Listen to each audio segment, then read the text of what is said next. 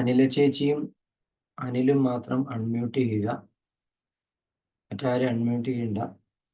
ഞാൻ മലയാളത്തിൽ എടുക്കുന്ന ഭാഗം അങ്ങനെ തന്നെ അനിൽ കന്നഡയിൽ പറഞ്ഞു കൊടുക്കും. അപ്പൊ പുതിയ ആളുകളായിട്ടുള്ള മലയാളത്തിൽ നിന്ന് ക്ലാസ്സിൽ കയറിയിരിക്കുന്നവർക്കും കന്നഡയിൽ നിന്ന് കയറിയിരിക്കുന്നവർക്കും ഒരുപോലെ അത് ഗുണപ്പെടുന്നതാണ്. അനിൽ ഒന്ന് അൺമ്യൂട്ട് ചെയ്തിട്ട് ഞാൻ ഈ പറഞ്ഞ കാര്യം ഒന്ന് കന്നഡയിൽ പറഞ്ഞേക്കുക.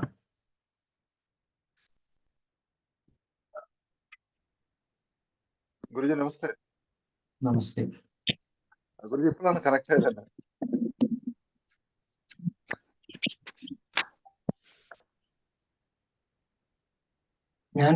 ഞാൻ പറഞ്ഞത് അനിൽ കേട്ടിരുന്നോ? ഇല്ല ഗുരുജി, ഇപ്പൊ കണക്ട് ആയത്. ഓക്കെ, ഞാൻ പറഞ്ഞ മറ്റൊന്നുമില്ല. നമ്മൾ മലയാളികളും കന്നഡയുമായിട്ടുള്ള പുതിയ ആളുകൾ ഇന്ന് ക്ലാസ്സിൽ കയറിയിട്ടുണ്ട്.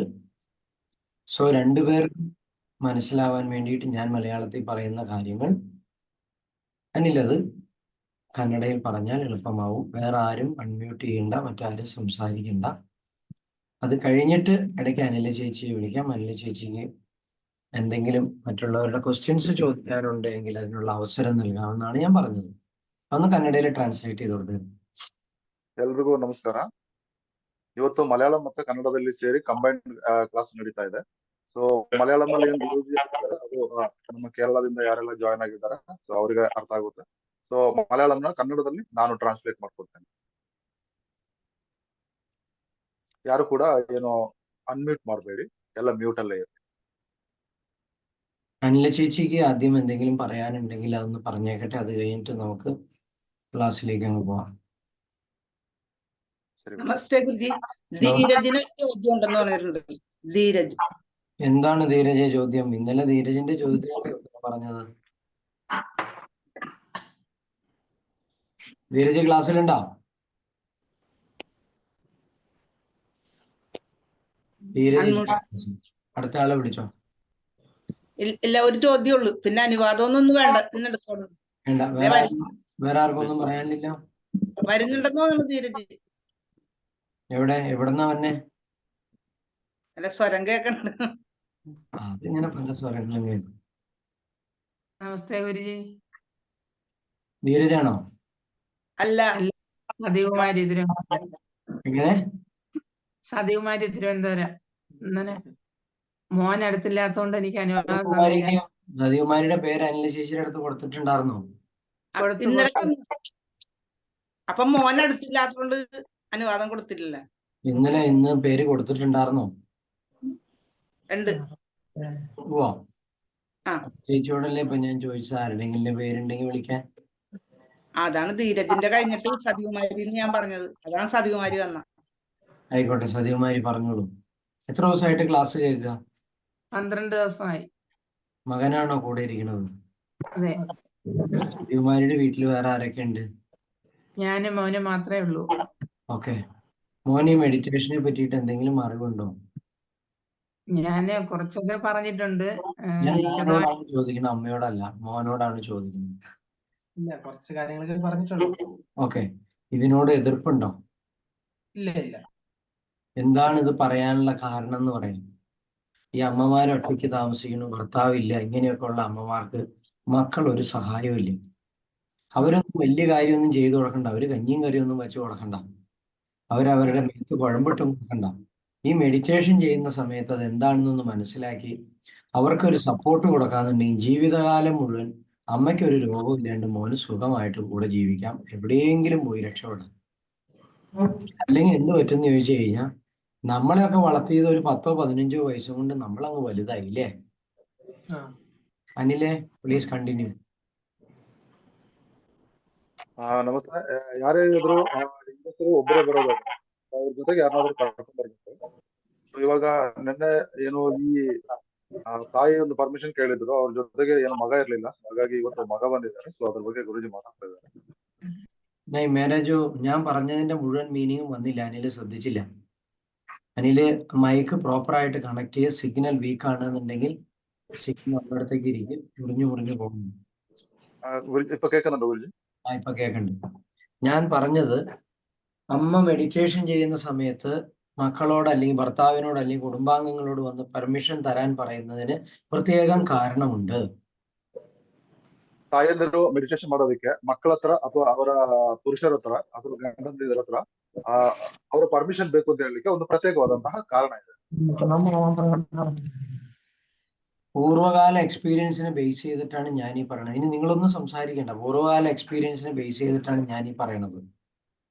ಸೊ ಪೂರ್ವಕಾಲದ ಏನು ಎಕ್ಸ್ಪೀರಿಯನ್ಸ್ ಇದೆ ಅದನ್ನ ಬೇಸ್ ಮಾಡ್ಕೊಂಡು ಗುರುಜಿ ಈಗ ಹೇಳ್ತಾ ಇದ್ದಾರೆ. മെഡിറ്റേഷൻ ചെയ്യുന്ന സമയത്ത് ആസ്ട്രൽ ബോഡി മൂവ്മെന്റ്സ് ഉണ്ടാവും, ആസ്ട്രൽ ട്രീറ്റ്മെന്റ് ഉണ്ടാവും, ആസ്ട്രൽ പ്രാക്ടീസ് പലതും നടക്കും, ചിലപ്പോൾ ആസ്ട്രൽ ട്രീറ്റ്മെന്റ് നടക്കും. ഇതൊക്കെ നടക്കും. നിങ്ങൾ പെട്ടെന്ന് കാണുമ്പോൾ നിങ്ങൾ വിചാരിക്കും എന്തെങ്കിലും ബാധ കൂടിയതാണ്, അല്ലെങ്കിൽ എന്തോ മോശമായി സംഭവിച്ചതാണ്. ಮೆಡಿಟೇಷನ್ ಮಾಡೋತ್ತಿಗೆ ಅದರಲ್ಲಿ ಆಸ್ಟ್ರಲ್ ಟ್ರೀಟ್ಮೆಂಟ್ ನಂತರ ಈ ಚಲನೆಗಳು ಏನಾದ್ರೂ ಎಕ್ಸರ್ಸೈಸ್ ಇದೆಲ್ಲ ನಡೀತಾ ಇರುತ್ತೆ, ಅಷ್ಟರ ಟ್ರಾವೆಲ್ ನಡೀತಾ ಇರುತ್ತೆ. ಸೊ ಈ ಬಾಡಿ ಏನೋ ಶೇಕ್ ಆಗೋತ್ತಿಗೆ ನೀವು ಏನಾದ್ರು ಪಕ್ಕದಲ್ಲಿರೋರು ಈ ಒಂದು ಇನ್ಫಾರ್ಮೇಶನ್ ಸಿಕ್ಕಿಲ್ಲ ಅಂತ ಹೇಳಿದ್ರೆ ಅವ್ರೇನ್ ತಿಳ್ಕೊಳ್ತಾರೆ, ಸೊ ಈ ತರ ಮೈ ಮೇಲೆ ಏನೋ ಆಗಿದೆ ಅಂತ ತಿಳ್ಕೊಳ್ತಾರೆ. അഹല്യ KRന്റെ മൈക്ക് സ്വന്തമായിട്ട് മ്യൂട്ട് ചെയ്യാൻ അറിഞ്ഞുകൂടെ? ഞാൻ പല പ്രാവശ്യം മ്യൂട്ട് ചെയ്തു, അൺമ്യൂട്ട് ചെയ്തുകൊണ്ടിരിക്കുക. എന്താ കാര്യം? ഇനി ദയവ് ചെയ്ത് അൺമ്യൂട്ട് ചെയ്തേക്കല്ലേ. ഇവിടെ ഇരിക്കുന്ന 350 പേരെ എനിക്കിങ്ങനെ ഓരോരുത്തരെ പിടിച്ച് മ്യൂട്ട് ചെയ്തുകൊണ്ടിരിക്കാൻ പറ്റുമോ? ഒരു പ്രാവശ്യം മ്യൂട്ട് ചെയ്ത് വെച്ചാൽ അനാവശ്യമായിട്ട് ആരും അത് തുറക്കേണ്ട കാര്യമില്ല. എന്തെങ്കിലും പറയാൻ ഉണ്ടോ എന്ന് ചോദിക്കുമ്പോൾ മാത്രം അത് അൺമ്യൂട്ട് ചെയ്താൽ പോരെ. അനിലൊന്ന് അൺമ്യൂട്ട് ചെയ്തു കേട്ടോ.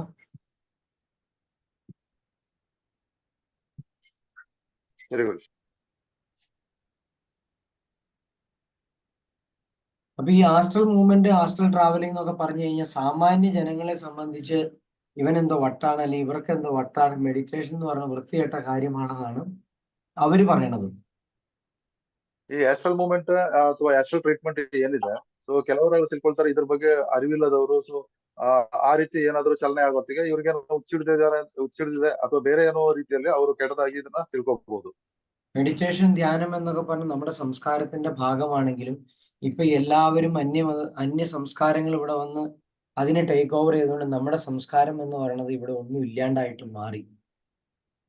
ಸೊ ಮೆಡಿಟೇಷನ್ ಅನ್ನುವಂಥದ್ದು ಇದು ಬಂದ್ಬಿಟ್ಟು ಇದು ಹಳೆಯ ಸಂಸ್ಕೃತಿ. ಸೊ ಬೇರೆ ಸಂಸ್ಕೃತಿಗಳು ಬಂದ್ಬಿಟ್ಟು ಈ ಮೆಡಿಟೇಷನ್ ಬೇರೆ ಬೇರೆ ರೀತಿಯಲ್ಲಿ ವ್ಯಾಖ್ಯಾನಿಸಿದೆ, ಇದನ್ನ ತಪ್ಪಾಗಿ ಕೂಡ ಅರ್ಥೈಸ್ತಾರೆ. ഇപ്പൊ വേറെ എന്തെങ്കിലും ഇത്തിരി മദ്യമോ മയക്കുമരുന്നോ കഞ്ചാവോ ഒക്കെ വെച്ചേക്കുകയാണെങ്കിൽ നിങ്ങൾക്ക് ഒരു വിഷമവും ഇല്ല. നിങ്ങൾ ഒന്നും ചിന്തിക്കാതെ വന്ന് സാധനം കണ്ണടച്ച് മേടിച്ച് കഴിച്ചിട്ട് പോകും. ಸರಾಬು ಅಥವಾ ಮದ್ಯ ಅಥವಾ ಬೇರೆ ಏನಾದ್ರು ಈ ಗಾಂಜಾ ಪದಾರ್ಥಗಳು ಏನಾದ್ರು ಇಲ್ಲಿಂದ ಕೊಡ್ತೀವಿ ಅಂತ ಹೇಳಿದ್ರೆ ಯಾರಾದ್ರೂ ಕಣ್ಮುಚ್ಕೊಂಡ್ ಬಂದು ಅದು ತಗೊಂಡು ಹೋಗ್ತಾರೆ. സതികുമാരിയുടെ മോൻ ശവക്കരി കഴിക്കുമോ? ഇല്ല. വളരെ ഭാഗ്യം. അങ്ങനെയാണെങ്കിൽ തന്നെ പകുതി രക്ഷപ്പെട്ടു. ഇനി ശവക്കരി കഴിക്കണ പുത്രനോടെ ആണെങ്കിൽ അമ്മേനെ കൊണ്ട് മെഡിറ്റേഷൻ ചെയ്യിപ്പിക്കൂല. ಸೊ ಮಗ ಏನು ನಾನ್ ವೆಜ್ ತಿಂತಾರ ಅಂತ ಗುರುಜಿ ಕೇಳ್ತಾರೆ, ಅದನ್ನ ಶವಕರಿ ಅಂತ ಕರೀತಾರೆ. ಸೊ ಒಂದು ವೇಳೆ ಮಗ ಏನು ಶವಕರಿ ಏನು ನಾನ್ ವೆಜ್ ತಿನ್ನೋದಾದ್ರೆ ಆ ತಾಯಿಗೆ ಮೆಡಿಟೇಷನ್ ಮಾಡಿದ್ರೆ ಕಷ್ಟ ಆಗುತ್ತೆ ಅಂತ ಹೇಳ್ತೀವಿ. അങ്ങനെയുള്ള മക്കൾ എന്ത് ചെയ്യുന്ന ചോദിച്ചാൽ ക്ലാസ്സിൽ കയറി ഒന്ന് അവസാനം എന്നെ ചീത്ത വിളിക്കും. ಸೊ ಅಂತ ಮಕ್ಕಳು ತರಗತಿಗೆ ಬಂದು ಗುರೂಜಿಯನ್ನ ಬೈತಾರೆ. ഞാനെന്തോ വൃത്തിയേട് പഠിപ്പിച്ച പോലെയാണ് അവരുടെ തോന്നല്. ಏನೋ ಕೆಟ್ಟದಾಗಿ ಕಲಿಸ್ತಾ ಇದಾರೆ ಅಂತ ಅವರು ಥಿಂಕ್ ಮಾಡ್ತಾರೆ. നമ്മളെയൊക്കെ വളർത്തി ഈ പറയണോണം ഒരു 5-10 വയസ്സ് കഴിപ്പിക്കും നമുക്ക് തന്നെ നടക്കാറും ആരോഗ്യമൊക്കെ ആയി. ನಮ್ಮನ್ನೆಲ್ಲ ಬೆಳೆಸಿ ಒಂದು 5-10 ವಯಸ್ಸಾಗುವವರೆಗೂ ನಂತರ ನಮ್ಗೆ ಆರೋಗ್ಯ ಬಂದು ನಾವೇ ನಡ್ಕೊಳಕ್ಕೆ ಸ್ಟಾರ್ಟ್ ಮಾಡ್ತೀವಿ. ഈ കാരണന്മാരെ എങ്ങനെയാന്ന് വെച്ചാൽ നന്നാവില്ലാത്ത കാരണന്മാരാണ് ഈ ശവക്കരി നിന്ന് മദ്യപിച്ച് ഇങ്ങനെ ജീവിച്ച് പോകും. ഒരു 45-50 വയസ്സാകുമ്പോഴേക്കും രോഗിയാവും. ತುಂಬಾ ಹಿರಿಯರು ಇವಾಗ ಏನ್ ಮಾಡ್ತಾರೆ, ನಾನ್ ವೆಜ್ ಎಲ್ಲ ತಿಂದು ಒಂದು 40-50 ವರ್ಷ ಆಗೋತ್ತಿಗೆ ಅವರು ಏನು ಬಾಡಿಯಲ್ಲಿ ರೋಗಗಳು ಸ್ಟಾರ್ಟ್ ಆಗುತ್ತೆ. പിന്നെ അവരുടെ തോന്നൽ എന്താണെന്ന് വെച്ചാൽ അവരെ നോക്കേണ്ടത് മക്കളുടെ ഡ്യൂട്ടിയാന്നാണ്. ನಂತರ ಅವ್ರು ಏನ್ ಥಿಂಕ್ ಮಾಡ್ತಾರೆ, ಅವರನ್ನ ಸಾಕೋದು ಮಕ್ಕಳ ಕರ್ತವ್ಯ ಅಂತ ತಿಳ್ಕೊಳ್ತಾರೆ. ഇവര് എത്ര വർഷം കൊണ്ട് മരിക്കുന്നു, എത്ര വർഷം ജീവിച്ചിരിക്കുന്നു നമുക്കറിയാമോ? ಇವ್ರು ಎಷ್ಟು ವರ್ಷ ಬದುಕ್ತಾರೆ, ಯಾವಾಗ ಸಾಯ್ತಾರೆ ಅಂತ ನಮ್ಗೇನಾದ್ರು ಗೊತ್ತಾ? മക്കൾക്ക് ജന്മം നൽകുന്നത് സാധാരണ കാരണന്മാര് വിചാരിച്ചിരിക്കുന്ന കാരണന്മാരെ നോക്കാൻ വേണ്ടിയിട്ടും അവരുടെ സ്വത്ത് കൈകാര്യം ചെയ്യാൻ വേണ്ടിയിട്ടാണ് മക്കൾ എന്നാണ് അവർ തെറ്റിദ്ധരിച്ചിരിക്കുന്നത്. ಸೊ ಹಿರಿಯರು ಅಂದ್ರೆ ತಂದೆ ತಾಯಿಗಳು ಅವ್ರು ಏನ್ ಥಿಂಕ್ ಮಾಡ್ತಾರೆ, ಮಕ್ಕಳನ್ನ ಇರುವಂತದ್ದು ಅವರು ವಯಸ್ಸಾಗತ್ತಿಗೆ ನಮ್ಮನ್ನ ನೋಡ್ಲಿಕ್ಕೆ ಅಥವಾ ನಮ್ಮ ಪ್ರಾಪರ್ಟಿನ ಅವರು ಮ್ಯಾನೇಜ್ ಮಾಡ್ಲಿಕ್ಕೆ ಅದಕ್ಕೆ ಅಂತೇಳಿ ಅವರು ಆ ರೀತಿ ಥಿಂಕ್ ಮಾಡಿರ್ತಾರೆ. നമ്മുടെ സംസ്കാരം നമ്മളെ പഠിപ്പിക്കുന്നത് പുത്രൻ മാതാപിതാക്കൾക്ക് മോക്ഷം നൽകുന്നതാണ്. ನಮ್ಮ ಸಂಸ್ಕೃತಿ ಏನು ನಮಗೆ ಕಲಿಸುತ್ತೆ ಅಂದ್ರೆ ಮಕ್ಕಳು ತಂದೆ ತಾಯಿಯರಿಗೆ ಮೋಕ್ಷ ನೀಡ್ತಾರೆ. അപ്പം സ്ത്രീ ആണെങ്കിലും പുരുഷനാണെങ്കിലും സംസ്കൃതത്തിൽ പുത്രൻ എന്നാ പറയുന്നത്. സൽപുത്രന്മാര് ജനിച്ചു കഴിഞ്ഞാൽ മാതാപിതാക്കൾക്ക് മോക്ഷം ലഭിക്കും. ಸ್ತ್ರೀ ಏನು ಗಂಡಾದ್ರು ಹೆಣ್ಣಾದ್ರು ನಾವು ಅದನ್ನ ಮಗ ಅಂತಾನೆ ಕಳಿತೀವಿ. ಸೊ ಮಕ್ಕಳಿಂದ ಏನು ತಂದೆ ತಾಯಿಗೆ ಮೋಕ್ಷ ಅಂತ ಹೇಳ್ತೀವಿ. ഈ ക്ലാസ്സിലിരിക്കുന്ന ഒരാൾ പോലും പട്ടിയിറച്ചി തിന്നില്ലാത്തവരാണെന്ന് എനിക്കറിയാം. ಸೊ ಈ ತರಗತಿಯಲ್ಲಿ ಯಾರು ಕೂತಿದ್ದೀರಾ ಯಾರು ನಾಯಿ ಮಾಂಸ ತಿನ್ನಲ್ಲ ಅಂತ ನನಗೆ ಗೊತ್ತು. പക്ഷെ നായ് മാംസം കഴിക്കുന്ന ആളുകൾ ഇന്ത്യയിൽ തന്നെ ഉണ്ട്. ಆದ್ರೆ ನಾಯಿ ಮಾಂಸ ತಿನ್ನೋರು ಭಾರತದಲ್ಲಿ ಇದ್ದಾರೆ. പലരുടെയും മുഖം ചുടയുണ്ട്. നായ് മാംസം എന്നൊന്നും പറയാൻ ശരിയാവില്ല, പട്ടിയുടെ ശവക്കറി. ಸೊ ನಾಯಿ ಮಾಂಸ ಅಂತ ಹೇಳಿದ್ರೆ ಕೆಲವರ ಮುಖ ಒಂಥರ ಆಗ್ತಾ ಇದೆ. ಸೊ ಇದನ್ನ ಏನು ಶವಕರಿ ಅಂತ, ನಾಯಿದ್ದು ಶವಕರಿ ಅಂತ ಕರೆಯಲಾಗುತ್ತೆ. അപ്പൊ അതിനെ കൊന്ന് തിന്നാന്നുണ്ടെങ്കിൽ, അല്ലെങ്കിൽ മറ്റ് ഇറച്ചി തിന്നാന്നുണ്ടെങ്കിൽ പട്ടിയുടെ ഇറച്ചിയും തിന്നാം, ഒരു കുഴപ്പമില്ല. ನೀವು ಬೇರೆ ಬೇರೆ ಮಾಂಸಗಳನ್ನ ತಿಂತೀರಾ ಅಂತ ಹೇಳಿದ್ರೆ ನಾಯಿ ಮಾಂಸನೂ ತಿನ್ಬಹುದು, ಅದ್ರಲ್ಲಿ ಏನ್ ತಪ್ಪಿಲ್ಲಲ್ಲ. ഇവിടെ എന്ത് പറ്റി? നായ് മാംസം തിന്നുന്ന ആളുകൾ നമ്മളുടെ സമൂഹത്തിൽ ഇല്ലാതെ വന്നു. അത് നമുക്ക് ഈ സംസ്കാരം കൊണ്ടുവന്നതേ വെളിയിൽ നിന്നാണ്, ഈ മത്സ്യമാംസം കഴിക്കാന്നുള്ളത്. ಸೊ ನಮಗೆ ಈ ಒಂದು ಏನು ನಾನ್ ವೆಜ್ ಅಥವಾ ಈ ಶವಕರಿ ತಿನ್ನುವಂತ ಒಂದು ಸಂಸ್ಕೃತಿ ಬಂದದ್ದೇ ಹೊರಗಿನವರಿಂದ. ഭാരതീയ സംസ്കാരം നമ്മളെ പഠിപ്പിക്കുന്നത് തന്നെ ഒരു പീഡ എറുമ്പിനും വരുത്തരുന്ന, ഒരു എറുമ്പിനെ പോലും വേദനിപ്പിക്കാതെ നീ ജീവിക്കണം എന്നാണ് പഠിപ്പിക്കുന്നത്. ಭಾರತೀಯ ಸಂಸ್ಕೃತಿ ಏನ್ ಕಲಿಸ್ತಾ ಇದೆ ಅಂತ ಹೇಳಿದ್ರೆ ಒಂದು ಇರುವೆನೂ ಸಮೇತ ನಾವು ನೋಯಿಸಬಾರ್ದು ಅಂತ ಭಾರತೀಯ ಸಂಸ್ಕೃತಿ ನಮಗೆ ಹೇಳುತ್ತೆ. എറുമ്പിനെ പീഡിപ്പിക്കരുത് എന്ന് പറയുന്ന നമ്മുടെ സംസ്കാരത്തിൽ നമുക്ക് എങ്ങനെയാണ് ഒരു ജീവിയെ കൊന്നു തിന്നാൻ പറ്റണത്? ಸೊ ಇರುವೆನೂ ಕೂಡ ನೋಯಿಸಬಾರ್ದು ಅಂತ ನಮ್ಮ ಸಂಸ್ಕೃತಿ ಹೇಳೋದಾದ್ರೆ ಒಂದು ಪ್ರಾಣಿಯನ್ನ ಯಾವ ರೀತಿ ಕೊಂದು ತಿನ್ಬೋದು? നമ്മളുടെ നാട്ടിലേക്ക് കൂടുതൽ ബംഗാളികളും അതേപോലെ നോർത്തേൺ സൈഡിൽ നിന്നുള്ള, നോർത്ത് ഈസ്റ്റ് സൈഡിൽ നിന്നുള്ള, മേഘാലയ നാഗാലാൻഡിൽ നിന്നുള്ള ആൾക്കാരൊക്കെ ഇനി വരാൻ തുടങ്ങിയെങ്കിൽ നമ്മുടെ ഇവിടെ പട്ടിയിറച്ചി ഹോട്ടലുകൾ സുലഭമാവും. ಸೊ ಇಲ್ಲಿ ಏನಾಗುತ್ತೆ ಅಂತಂದ್ರೆ ನಮ್ಗೆ ಇಲ್ಲಿಗೆ ಬೆಂಗಾಳಿಗಳು ಈ ಅಸ್ಸಾಂ ಮೇಘಾಲಯದಿಂದ ಅವರು ಕಂಟಿನ್ಯೂಸ್ಲಿ ಬರ್ತಾ ಇದ್ರೆ ಇಲ್ಲಿ ಕೂಡ ನಾಯಿ ಮಾಂಸ ಕೊಡ್ಲಿಕ್ಕೆ ಸ್ಟಾರ್ಟ್ ಮಾಡ್ತಾರೆ. അത് വിദൂരമല്ല. ಅದು ಮತ್ತೆ ಅದು ಕೆಟ್ಟದಂತ ಹೇಳಕ್ಕಾಗಲ್ಲ. ഇപ്പൊ ആട്, കോഴി, താറാവ്, പശു, ഞണ്ട് ഇത്തരം സാധനങ്ങളൊക്കെ ജനങ്ങൾ തിന്നും. കാരണം ഇതൊക്കെ ഈ പറയുന്ന അന്യ സംസ്കാരത്തിൽപ്പെട്ടവർക്ക് അത് വലിയ ഇഷ്ടമാണ്. അതില്ലാതെ അവർക്ക് ജീവിക്കാൻ പറ്റില്ല. ಈ ಏಡಿ, ಕೋಳಿ, ಕುರಿ, ಆಡು ಅಂದ್ರೆ ಮೇಕೆ ಇದೆಲ್ಲ ಏನಿದೆ ಸೊ ಇದೆಲ್ಲ ತಿನ್ಬೋದಂತೆ. ಅಂದ್ರೆ ಈ ಫಾರಿನರ್ಸ್ ಗೆ ಇದೆಲ್ಲ ತುಂಬಾ ಒಳ್ಳೆ ಮಾಂಸ ಅಂತ ಅವ್ರು ಹೇಳ್ತಿದ್ದಾರೆ. അവരുടെ കൂട്ടുകൂടി നമുക്ക് എന്ത് പറ്റി? നമുക്കും അതേ സ്വഭാവമായിട്ട് മാറി. ಅವ್ರ ಜೊತೆ ಸೇರಿ ಅವರ ಸಂಸ್ಕೃತಿ ಇಲ್ಲಿ ಬಂದ ಮೇಲೆ ನಮಗೂ ಅದು ಸ್ಟಾರ್ಟ್ ಆಗಿದೆ. ചന്ദനത്തോട് ചാരിയാലേ ചന്ദനത്തിന്റെ മണം ഉണ്ടാകുന്നു. ಸೊ ಗಂಧದ ಜೊತೆ ಬೆರೆತರೆ ಗಂಧದ ಸ್ಮೆಲ್ ಗೊತ್ತಾಗೋದು. എത്ര നല്ല പെർഫ്യൂം അടിച്ചിട്ട് ചാണകക്കുഴിയുടെ മുകളിൽ പോയിരുന്ന ചാണകത്തിന്റെ ഗന്ധം വരുള്ളൂ. ಸೊ ಎಷ್ಟೇ ನೀವು ಒಳ್ಳೆ ಪರ್ಫ್ಯೂಮ್ ಹೊಡೆದು ಈ ಸಗಣಿ ಗುಡ್ಡ ಪಕ್ಕದಲ್ಲಿ ಹೋಗಿ ನಿಂತರೆ ಅಥವಾ ಸಗಣಿಯಲ್ಲಿ ತುಳಿದ್ರೆ ಆ ಸಗಣಿ ಸ್ಮೆಲ್ಲೇ ಬರೋದು. നമ്മൾ എത്ര നല്ല ആളാണ് എങ്ങനെയാണെന്ന് പറഞ്ഞിട്ട് കാര്യമില്ല, ശവക്കറി തിന്നുന്നവനാണ് അവൻ ഒരു ക്വാളിറ്റിയും ഇല്ലാത്തവനാണ്. ಸೊ ನಾವ್ ಎಷ್ಟೇ ಒಳ್ಳೆಯವರಾಗಿದ್ರು ಕೂಡ ಶವಕರಿ ತಿನ್ನುವವ್ರಿಗೆ ಯಾವುದೇ ಕ್ವಾಲಿಟಿ ಇರಲ್ಲ, ಒಳ್ಳೆ ಕ್ವಾಲಿಟಿ ಇರಲ್ಲ. ഇനി നിങ്ങൾ തെറ്റിദ്ധരിക്കണ്ട, മറ്റു മതത്തില് മറ്റു ഗ്രന്ഥങ്ങളില് ഈ ശവക്കറി കഴിക്കാന്ന് പറഞ്ഞിട്ടുണ്ട് എന്ന്. ಸೊ ನೀವು ತಪ್ಪಾಗಿ ತಿಳ್ಕೊಬೇಡಿ, ಬೇರೆ ಬೇರೆ ಗ್ರಂಥಗಳಲ್ಲಿ ಏನಾದ್ರು ಈ ಶವಕರಿ ತಿನ್ಬೋದು ಅಂತ ಏನಾದ್ರು ಹೇಳಿದ್ರೆ. എല്ലാ ഗ്രന്ഥങ്ങളും അനുശാസിക്കുന്നത് ഒരു ജീവിയെയും കൊല്ലാൻ പാടില്ല എന്നും മത്സ്യവും ലഹരി പദാർത്ഥവും ഉപയോഗിക്കാൻ പാടില്ല എന്ന് തന്നെയാണ്. ಸೊ ಎಲ್ಲಾ ಗ್ರಂಥಗಳು ಏನ್ ಹೇಳುತ್ತೆ ಅಂತ ಹೇಳಿದ್ರೆ ಯಾವುದೇ ಜೀವಿನೂ ಕೂಡ ಸಾಯಿಸಬಾರ್ದು. ಸೊ ಮೀನು ಅಥವಾ ಮಾಂಸ ಇದನ್ನ ಸೇವನೆ ಮಾಡಬಾರ್ದು ಅಂತಾನೆ ಹೇಳ್ತಾರೆ.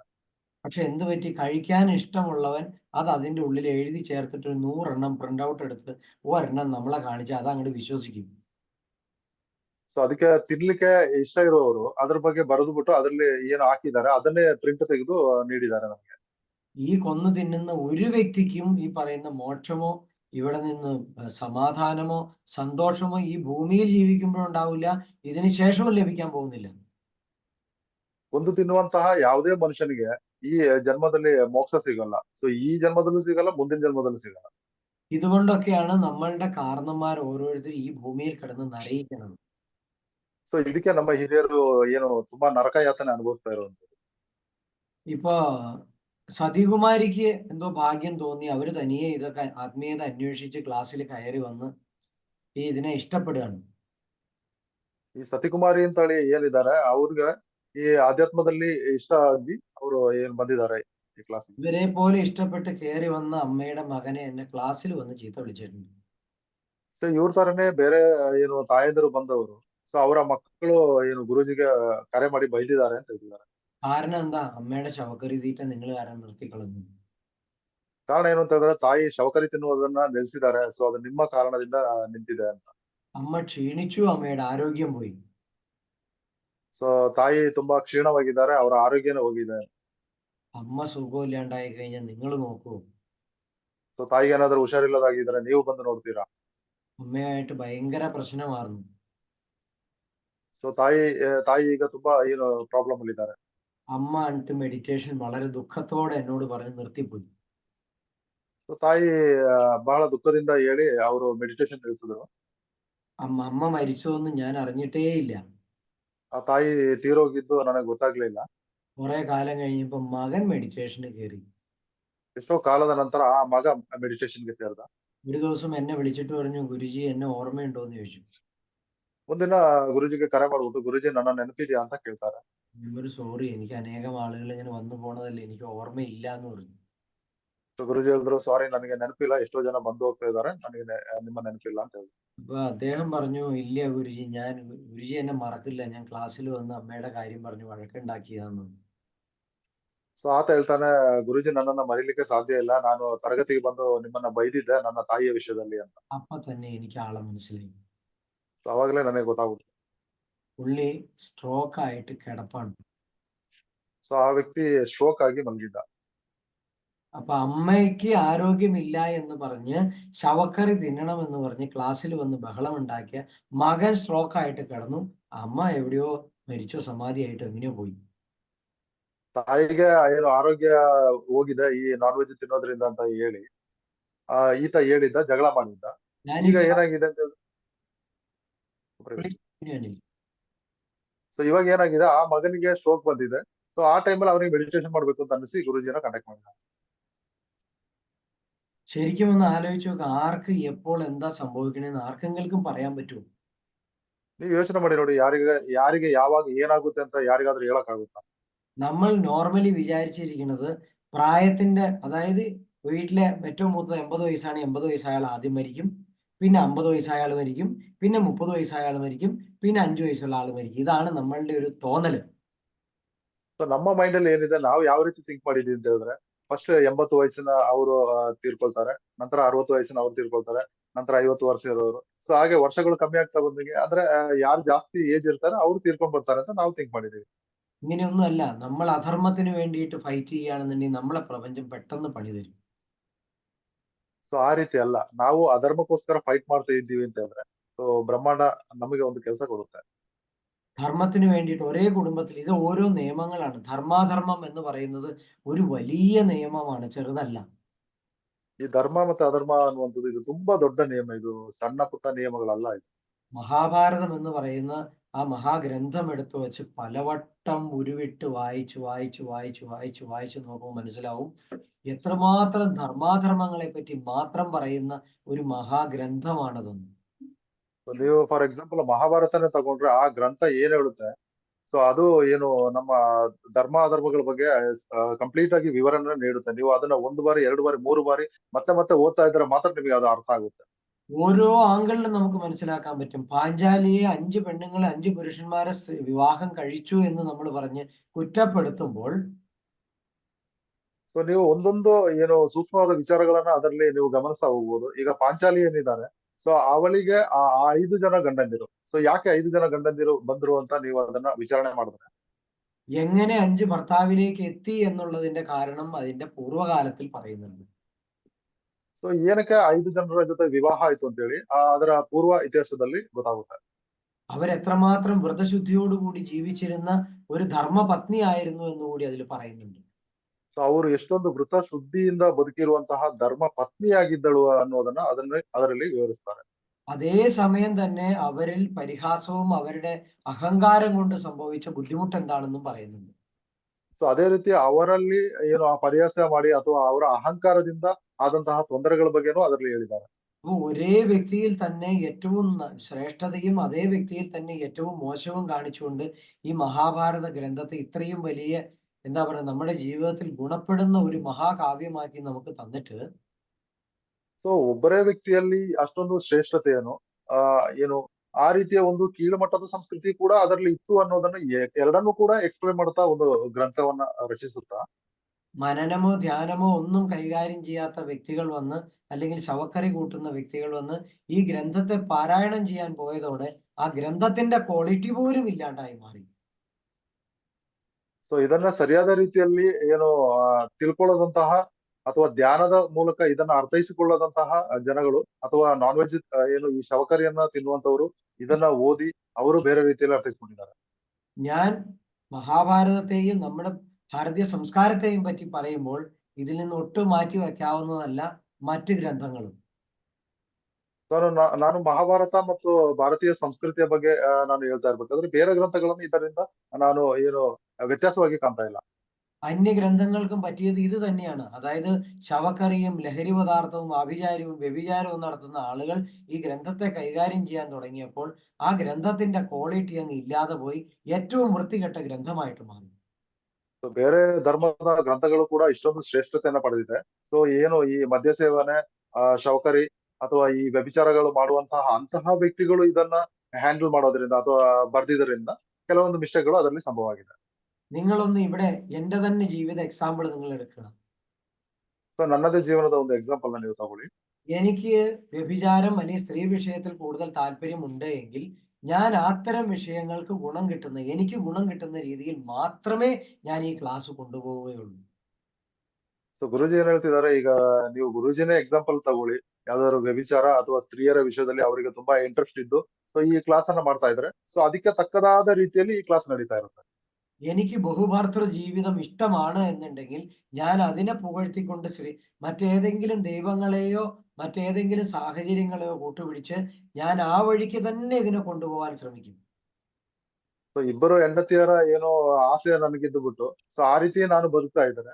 ಸೊ ಎಲ್ಲಾ ಗ್ರಂಥಗಳನ್ನು ಅಥವಾ ದೇವತೆಗಳನ್ನ ಹೋಲಿಕೆ ಮಾಡ್ಕೊಂಡು ನಾನು ಅದನ್ನ ಎಕ್ಸಾಂಪಲ್ ಆಗಿ ನೀಡ್ತಾ ಇದ್ದೇನೆ.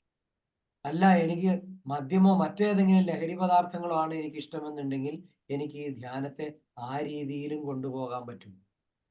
ಸೊ ಒಂದು ವೇಳೆ ಮದ್ಯ ಸೇವನೆ ಅಥವಾ ಬೇರೆ ಏನಾದ್ರು ಲಹರಿ ಪದಾರ್ಥಗಳನ್ನ ನಾನು ತಗೊಳ್ತಾ ಇದ್ದೇನೆ ಸೊ ಈ ಗ್ರಂಥಗಳನ್ನ ಆ ರೀತಿಯಾಗಿ ನಾನು ಎಕ್ಸ್ಪ್ಲೇನ್ ಮಾಡ್ತಾ ನಾನು ಕ್ಲಾಸ್ ತಗೋಬಹುದು.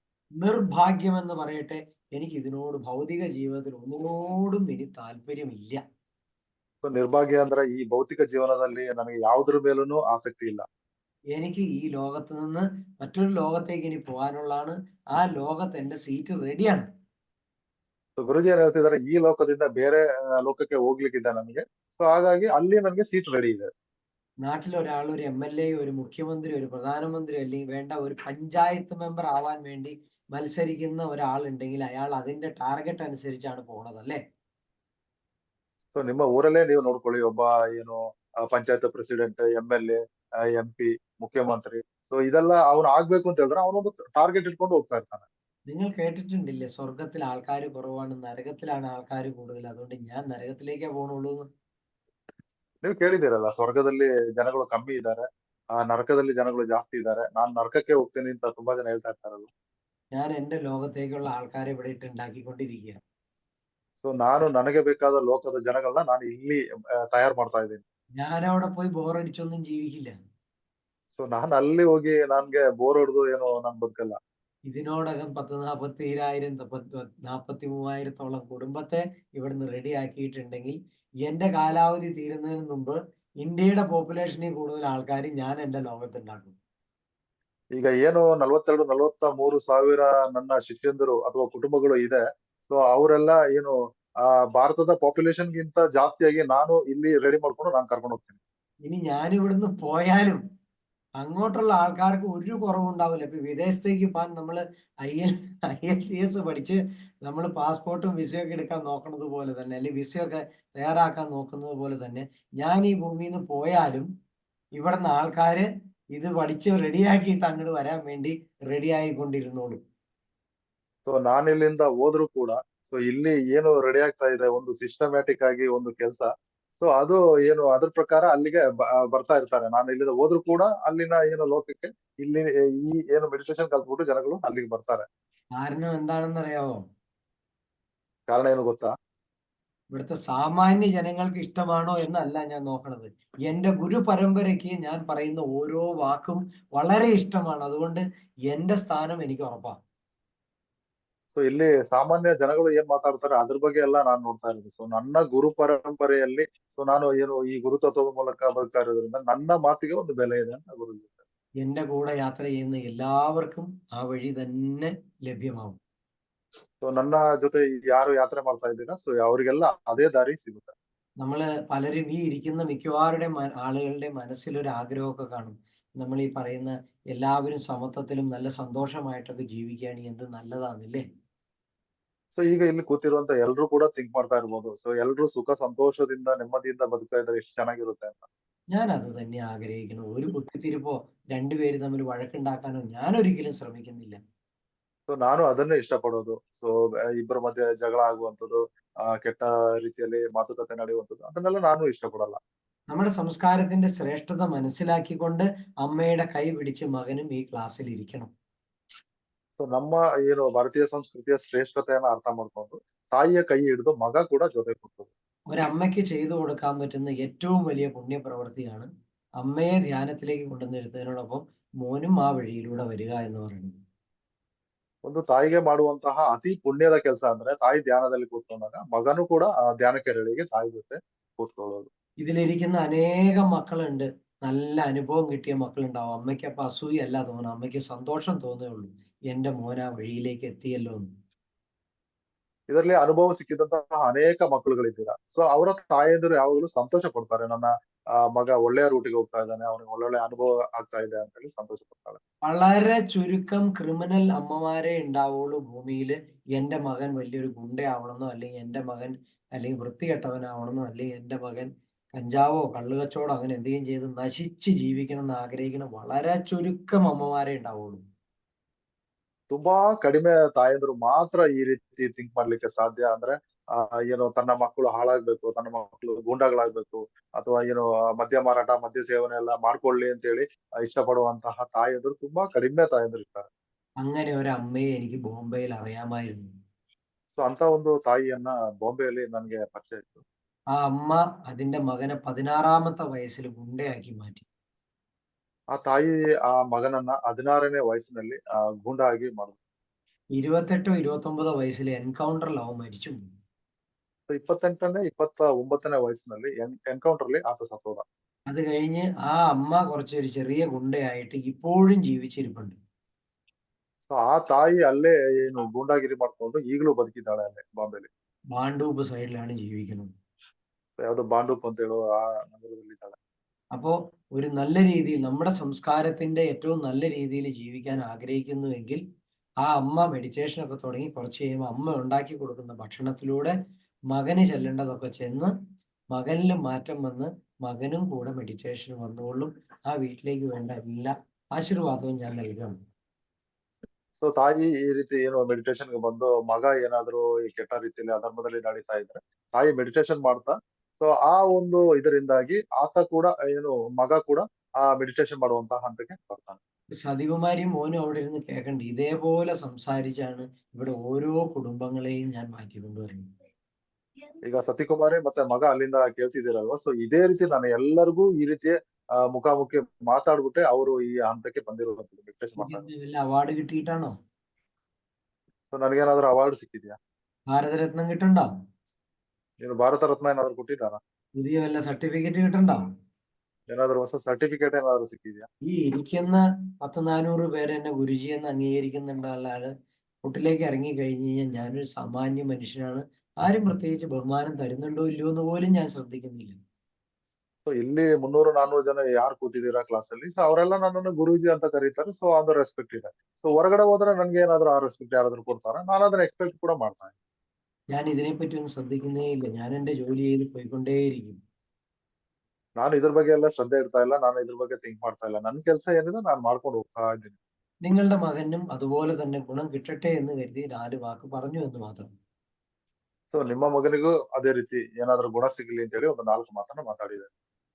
നമ്മുടെ കേരളം എന്ന് പറയുന്ന സംസ്ഥാനത്തില് അവിടെ ഒരു വലിയ ബോംബ് ഇരിപ്പുണ്ട് തലയ്ക്ക് മുകളിൽ.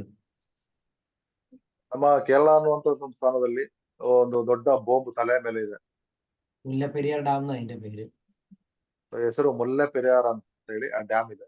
എത്ര വലിയ ലക്ഷ്യം സാധിക്കാനാണെങ്കിലും ആ ഡാം പൊട്ടുമെന്ന് എത്ര കാലമായിട്ട് ആളുകളും അല്ലെങ്കിൽ സമൂഹവും എല്ലാവരും മാറി മാറി പറഞ്ഞുകൊണ്ടിരിക്കുന്നു. അതിന്റെ മുകളിലേക്ക് ആർക്കെങ്കിലും ബുദ്ധിയുള്ള ജനങ്ങൾക്കോ ഭരണാധികാരികൾക്കോ ഒന്ന് ചിന്തിച്ചുകൂടെ? ಸೊ ಇವಾಗ ಏನು ಕೇರಳದಲ್ಲಿ ಆಳ್ವಿಕೆ ಮಾಡ್ತಾ ಇದ್ದಾರೆ, ಅವರು ಅದ್ರ ಬಗ್ಗೆ ಚಿಂತನೆ ಮಾಡ್ತಾ ಇಲ್ಲ. ಅಲ್ಲಿನ ಸಮೂಹಗಳು, ಎಷ್ಟೋ ಬುದ್ಧಿಜೀವಿಗಳು ಇದ್ರ ಬಗ್ಗೆ ಮಾತಾಡಿದ್ದಾರೆ, ಈ ಡ್ಯಾಮ್ ಒಡೆದೋಗುತ್ತೆ ಅಂತ. ಆದ್ರೂ ಕೂಡ ಅವರು ಅದನ್ನ ಕೇರ್ ಮಾಡ್ತಾ ಇಲ್ಲ. എന്ത് ലക്ഷ്യം പൂർത്തീകരിക്കാൻ വേണ്ടിയിട്ടാണ് ആ ഡാമുകളൊക്കെ അവിടെ നിർത്തി അത് പൊട്ടി ഒലിച്ചു വരുന്നത് വരെ ഞങ്ങൾ ഇതിനെപ്പറ്റി മിണ്ടില്ല എന്ന് പറഞ്ഞിട്ട് ബലം പിടിച്ചിരിക്കുന്നത്? ಸೊ ಎಷ್ಟೋ ವರ್ಷಗಳಿಂದ ಅದು ಒಡೆದೋಗುವಂತಹ ಹಂತದಲ್ಲಿದೆ ಆ ಡ್ಯಾಮ್. ಸೊ ಅದನ್ನ ರೆಡಿ ಮಾಡಲ್ಲ ಅಂತ. ಸೊ ಅವರು ಅದ್ರ ಬಗ್ಗೆನೆ ಥಿಂಕ್ ಮಾಡ್ತಾ ಇಲ್ಲ. ಸೊ ಅದು ಒಡೆದೋದ್ರೆ ಒಡೆದೋಗ್ಲಿ ಅನ್ನುವಂತ ರೀತಿಯಲ್ಲಿ ಈಗ ಇದ್ದಾರೆ. അപ്പൊ ആത്മീയതയ്ക്ക് മാത്രമല്ല ഭൗതികതയിൽ പോലും ജനങ്ങൾക്ക് വിശ്വാസമില്ല. ಈಗ ಆಧ್ಯಾತ್ಮ ಅಂತಲ್ಲ, ಈ ಭೌತಿಕ ಜೀವನದಲ್ಲೂ ಕೂಡ ಜನಗಳಿಗೆ ವಿಶ್ವಾಸ ಹೊರಟೋಗಿದೆ. ആത്മീയത നമ്മളോട് തെളിയിക്കാൻ പറയും. ಆಧ್ಯಾತ್ಮನ ನಮ್ಮ ಹತ್ರ ಪ್ರೂವ್ ಮಾಡ್ಲಿಕ್ಕೆ ಹೇಳ್ತಾರೆ.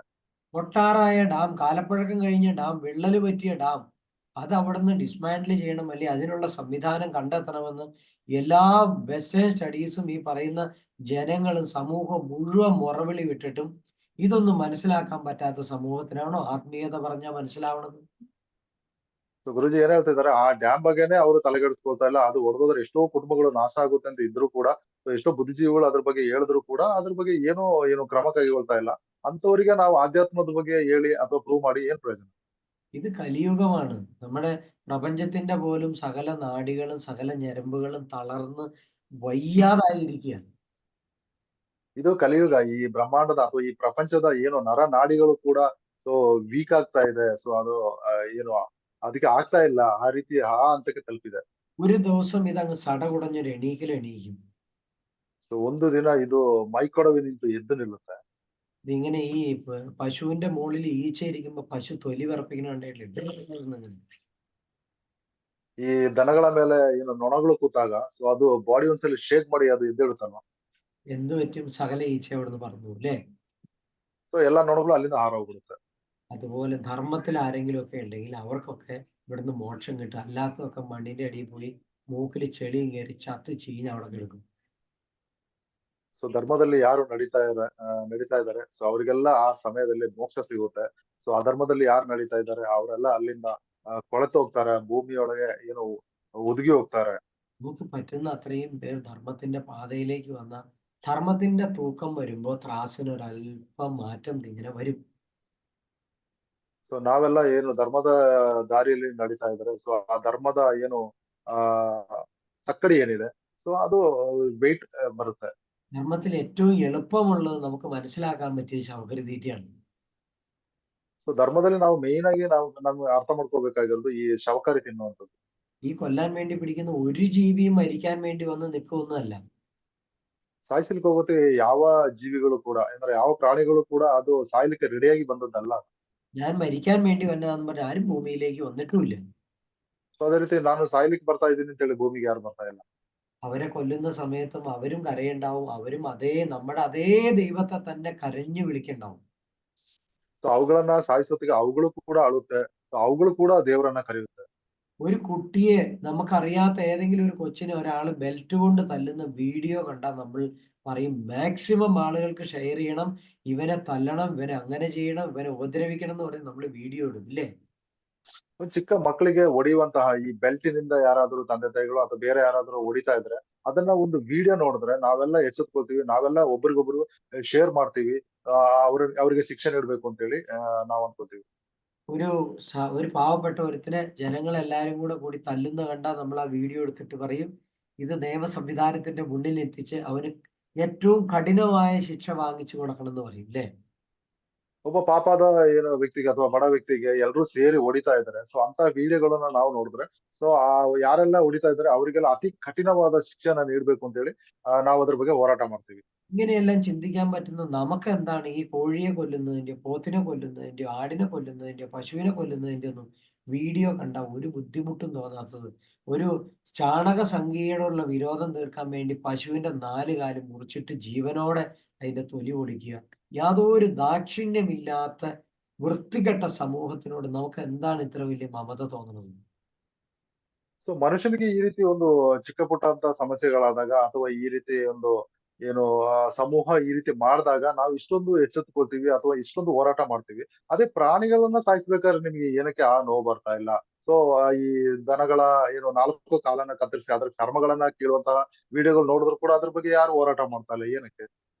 ഒരാളെ കൊന്ന ജീവപര്യന്തം ശിക്ഷ കിട്ടുന്നുണ്ടെങ്കിൽ ഇത്രയും മൃഗങ്ങളെ കൊല്ലുന്നവൻ ഒരു ശിക്ഷയും കിട്ടില്ല എന്ന് അവൻ വിചാരിക്കുന്നുണ്ടെങ്കിൽ അവനെ പോലെ മഠയൻ ഈ ഭൂമിയിൽ വേറെ ഇല്ല.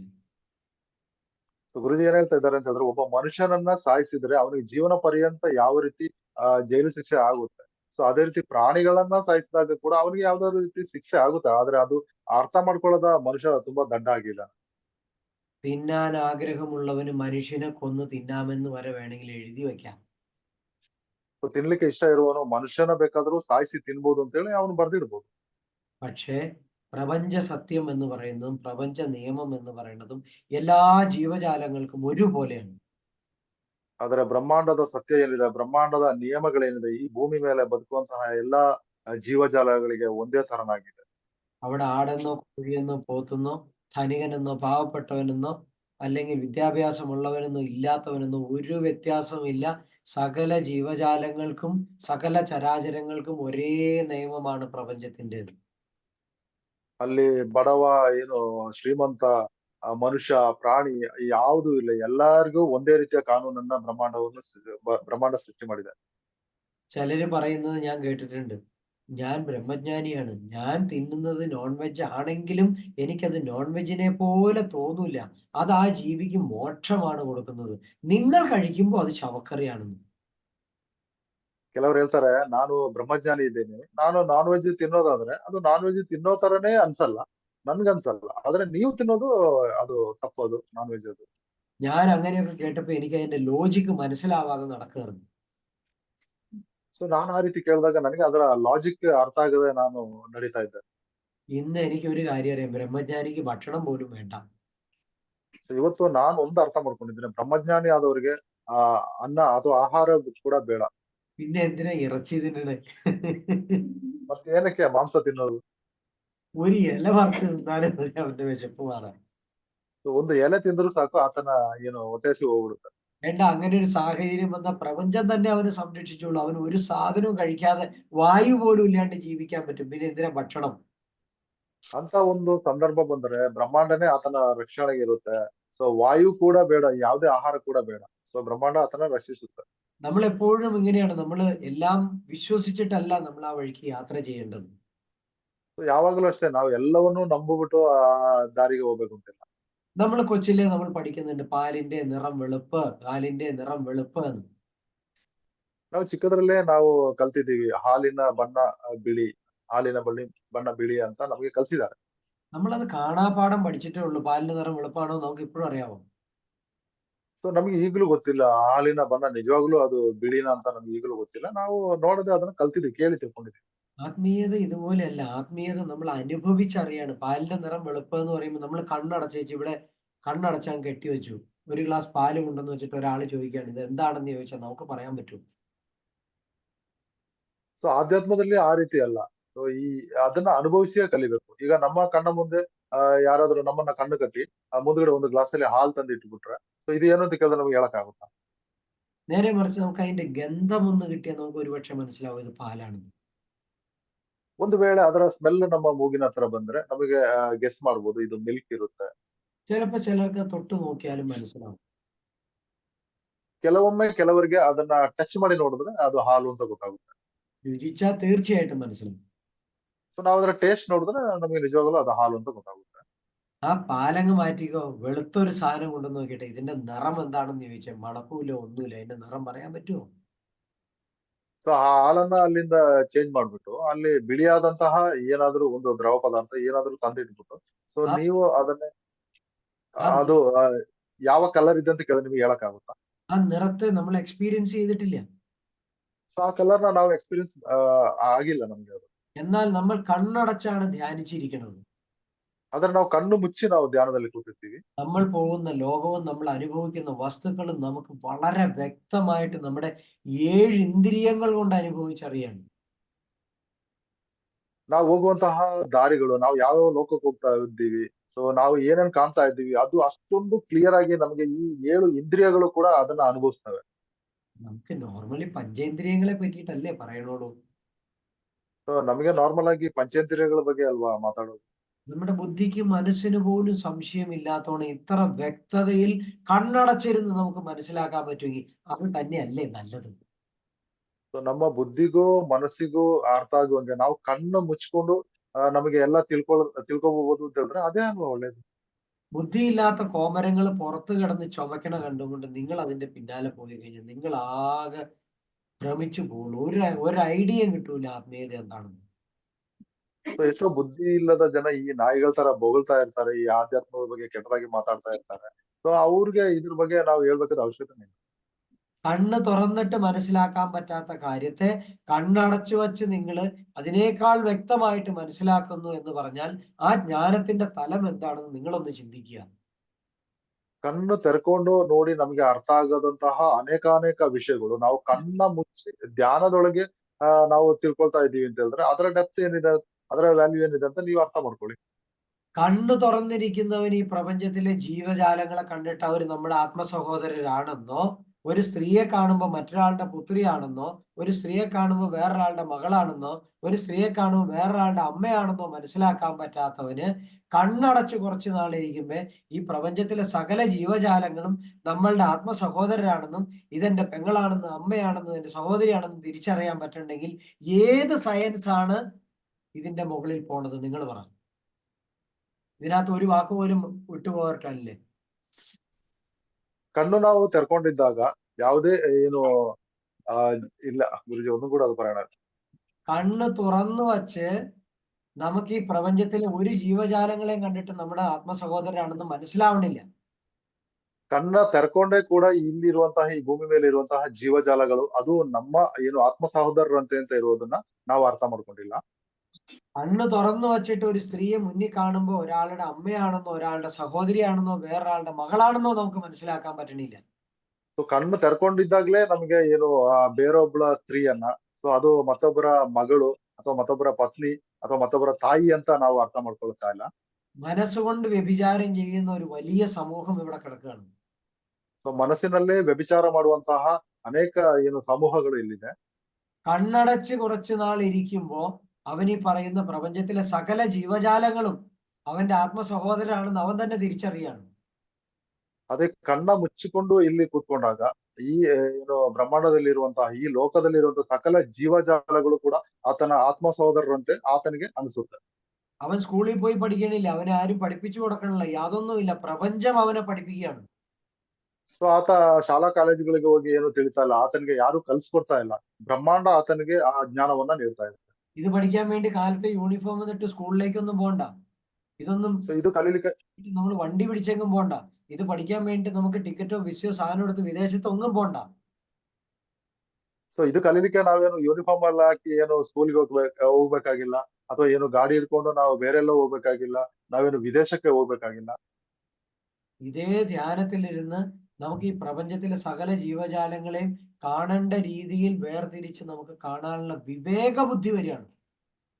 ಸೊ ಇದೇ ಏನು ಧ್ಯಾನದಲ್ಲಿ ನಮಗೆ ಬ್ರಹ್ಮಾಂಡದಲ್ಲಿರುವಂತಹ ಈ ಅನೇಕ ಈ ಜೀವಜಾಲಗಳು ಭೂಮಿ ಮೇಲೆ ಏನಿದೆ, ಸೊ ಅದ್ರ ಬಗ್ಗೆ ತಿಳ್ಕೊಳ್ಳಿಕ್ಕಿರುವಂತಹ ವಿವೇಕ, ಆ ಬುದ್ಧಿ ನಮ್ಮ ಈ ಜ್ಞಾನ ಈ ಏನು ಧ್ಯಾನದಲ್ಲಿ ಸಿಗುತ್ತೆ. ഏതൊരു സ്ത്രീയെ കണ്ടാലും നമുക്ക് ഇതിങ്ങനെ കൈകൂപ്പി വണങ്ങി അത് എൻ്റെ അമ്മയോ പെങ്ങളോ സഹോദരിയോ ആണ് എന്ന് നമുക്ക് സ്വമനസാലെ തിരിച്ചറിയാൻ പറ്റുന്ന പക്വത നമുക്ക് വരും.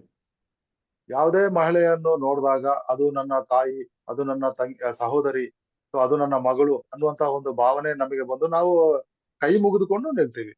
ഇതൊന്നും ആരും പറഞ്ഞു തന്ന് പഠിപ്പിക്കുകയല്ല. ಸೊ ಇದನ್ನ ಯಾರು ಹೇಳ್ಕೊಟ್ಟು ನಾವು ತಿಳ್ಕೊಳ್ಳೋದಲ್ಲ. പ്രപഞ്ചം നമ്മുടെ ഉള്ളിൽ തനിയെ പ്രകടമാവുകയാണ്. ಸೊ ಬ್ರಹ್ಮಾಂಡ ನಮ್ಮ ಒಳಗಡೆನೆ ಅದು ಪ್ರಕಟಗೊಳ್ಳುತ್ತೆ.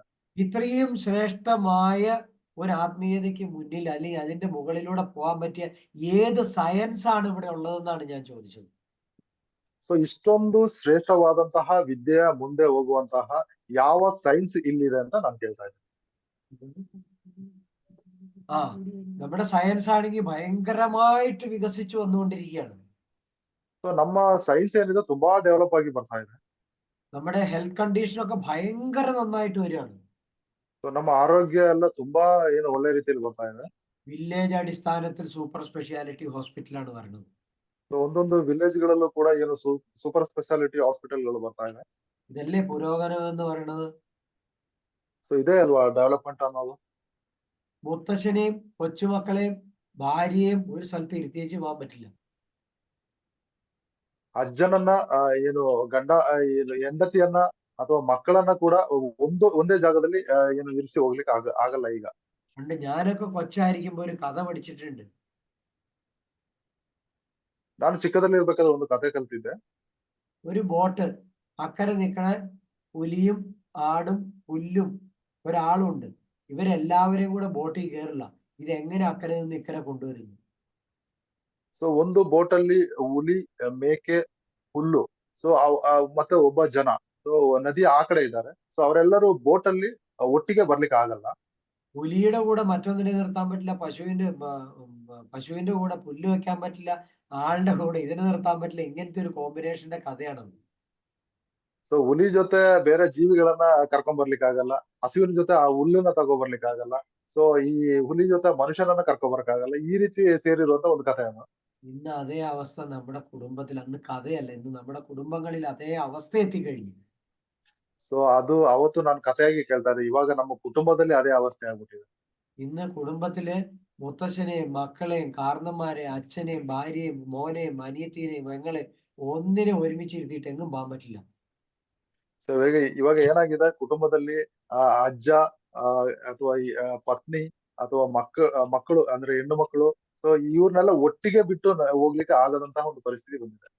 കാരണം എന്താ? ശവക്കറി തിന്ന് തിന്ന് തിന്ന് തിന്ന് ആ മൃഗത്തിന്റെ ശവത്തെക്കാളും ക്വാളിറ്റി ഇല്ലാത്ത ജീവിയായിട്ട് മാറിക്കുന്നു. ಸೊ ಅದಕ್ಕೆ ಕಾರಣ ಏನು ಅಂತ ಹೇಳಿದ್ರೆ, ಈ ಶವಕರಿಯನ್ನ ತಿಂದು ತಿಂದು ತಿಂದು ಸೊ ಆ ಪ್ರಾಣಿಗಳಿಗಿಂತ ಕಡೆಯಾದ ಏನು ಮೆಂಟಾಲಿಟಿ ಮನುಷ್ಯನಿಗೆ ಬಂದಿದೆ. ചില ആളുകൾ ഇതിങ്ങനെ നിക്കണ കണ്ടാലേ അറിയാം അയാൾ ഒരു പോത്തിനെ പോലെയാണല്ലോ നോക്കണേന്ന് ഇങ്ങനെ മനസ്സിലാവും. ಕೆಲವರು ಹಿಂಗೆ ನಿಂತು ನೋಡ್ತಾ ಇರ್ಬೇಕಾದ್ರೆ ಆತ ಎಮ್ಮೆ ತರ ನೋಡ್ತಾ ಇದ್ದಾನೆ ಅಂತ ನಮ್ಗೆ ನೋಡಿದಾಗೆ ಗೊತ್ತಾಗ್ಬಿಡುತ್ತೆ. ചില മനുഷ്യനെ കണ്ട അവര് ജീവിതത്തിൽ മുഴുവൻ കോഴിയാ. ಸೊ ಕೆಲ ಜನಗಳನ್ನ ನೋಡಿದ್ರೆ ಜೀವನದಲ್ಲಿ ಪೂರ್ತಿ ಅವರು ಕೋಳಿ ತರ ಬದುಕಿದ್ದಾರೆ ಅಂತ ಅನ್ಸುತ್ತೆ. ചിലര് ആടിനെ പോലെ എത്ര പറഞ്ഞാലും മനസ്സിലാവുക പോലുമില്ല. ಕೆಲವರು ಮೇಕೆ ತರ ನೋಡ್ತಾ ಇರ್ತಾರೆ, ಎಷ್ಟು ಹೇಳಿದ್ರು ಅವ್ರಿಗೆ ಅರ್ಥನೇ ಆಗಲ್ಲ. നമ്മൾ പഴഞ്ചൊല്ലായിട്ടെങ്കിലും കേട്ടിട്ടില്ലേ, പോത്തിന്റെ ചെവിയിൽ വേദം ഓതിയിട്ട് ഒരു കാര്യമില്ലാന്ന്. ಸೊ ನಾವು ಕೇಳಿದೀವಲ್ಲ, ಏನು ಕೋಣನ ಮುಂದೆ ಕಿನ್ನರಿ ಬಾರಿಸಿ ಪ್ರಯೋಜನ ಇಲ್ಲ ಅಂತ. അത് തിന്ന് തിന്ന് തിന്ന് തിന്ന് മനുഷ്യന് പോത്തിന്റെ സ്വഭാവമായിട്ട് മാറി. എന്ത് പറഞ്ഞാലും മനസ്സിലാവില്ല. ಸೊ ಅದು ತಿಂದು ತಿಂದು ಮನುಷ್ಯ ಕೂಡ ಈ ಎಮ್ಮೆ ತರ ಆಗ್ಬಿಟ್ಟಿದ್ದಾನೆ, ಏನ್ ಹೇಳಿದ್ರು ಅರ್ಥ ಆಗದ ಆಗ್ಬಿಟ್ಟಿದೆ.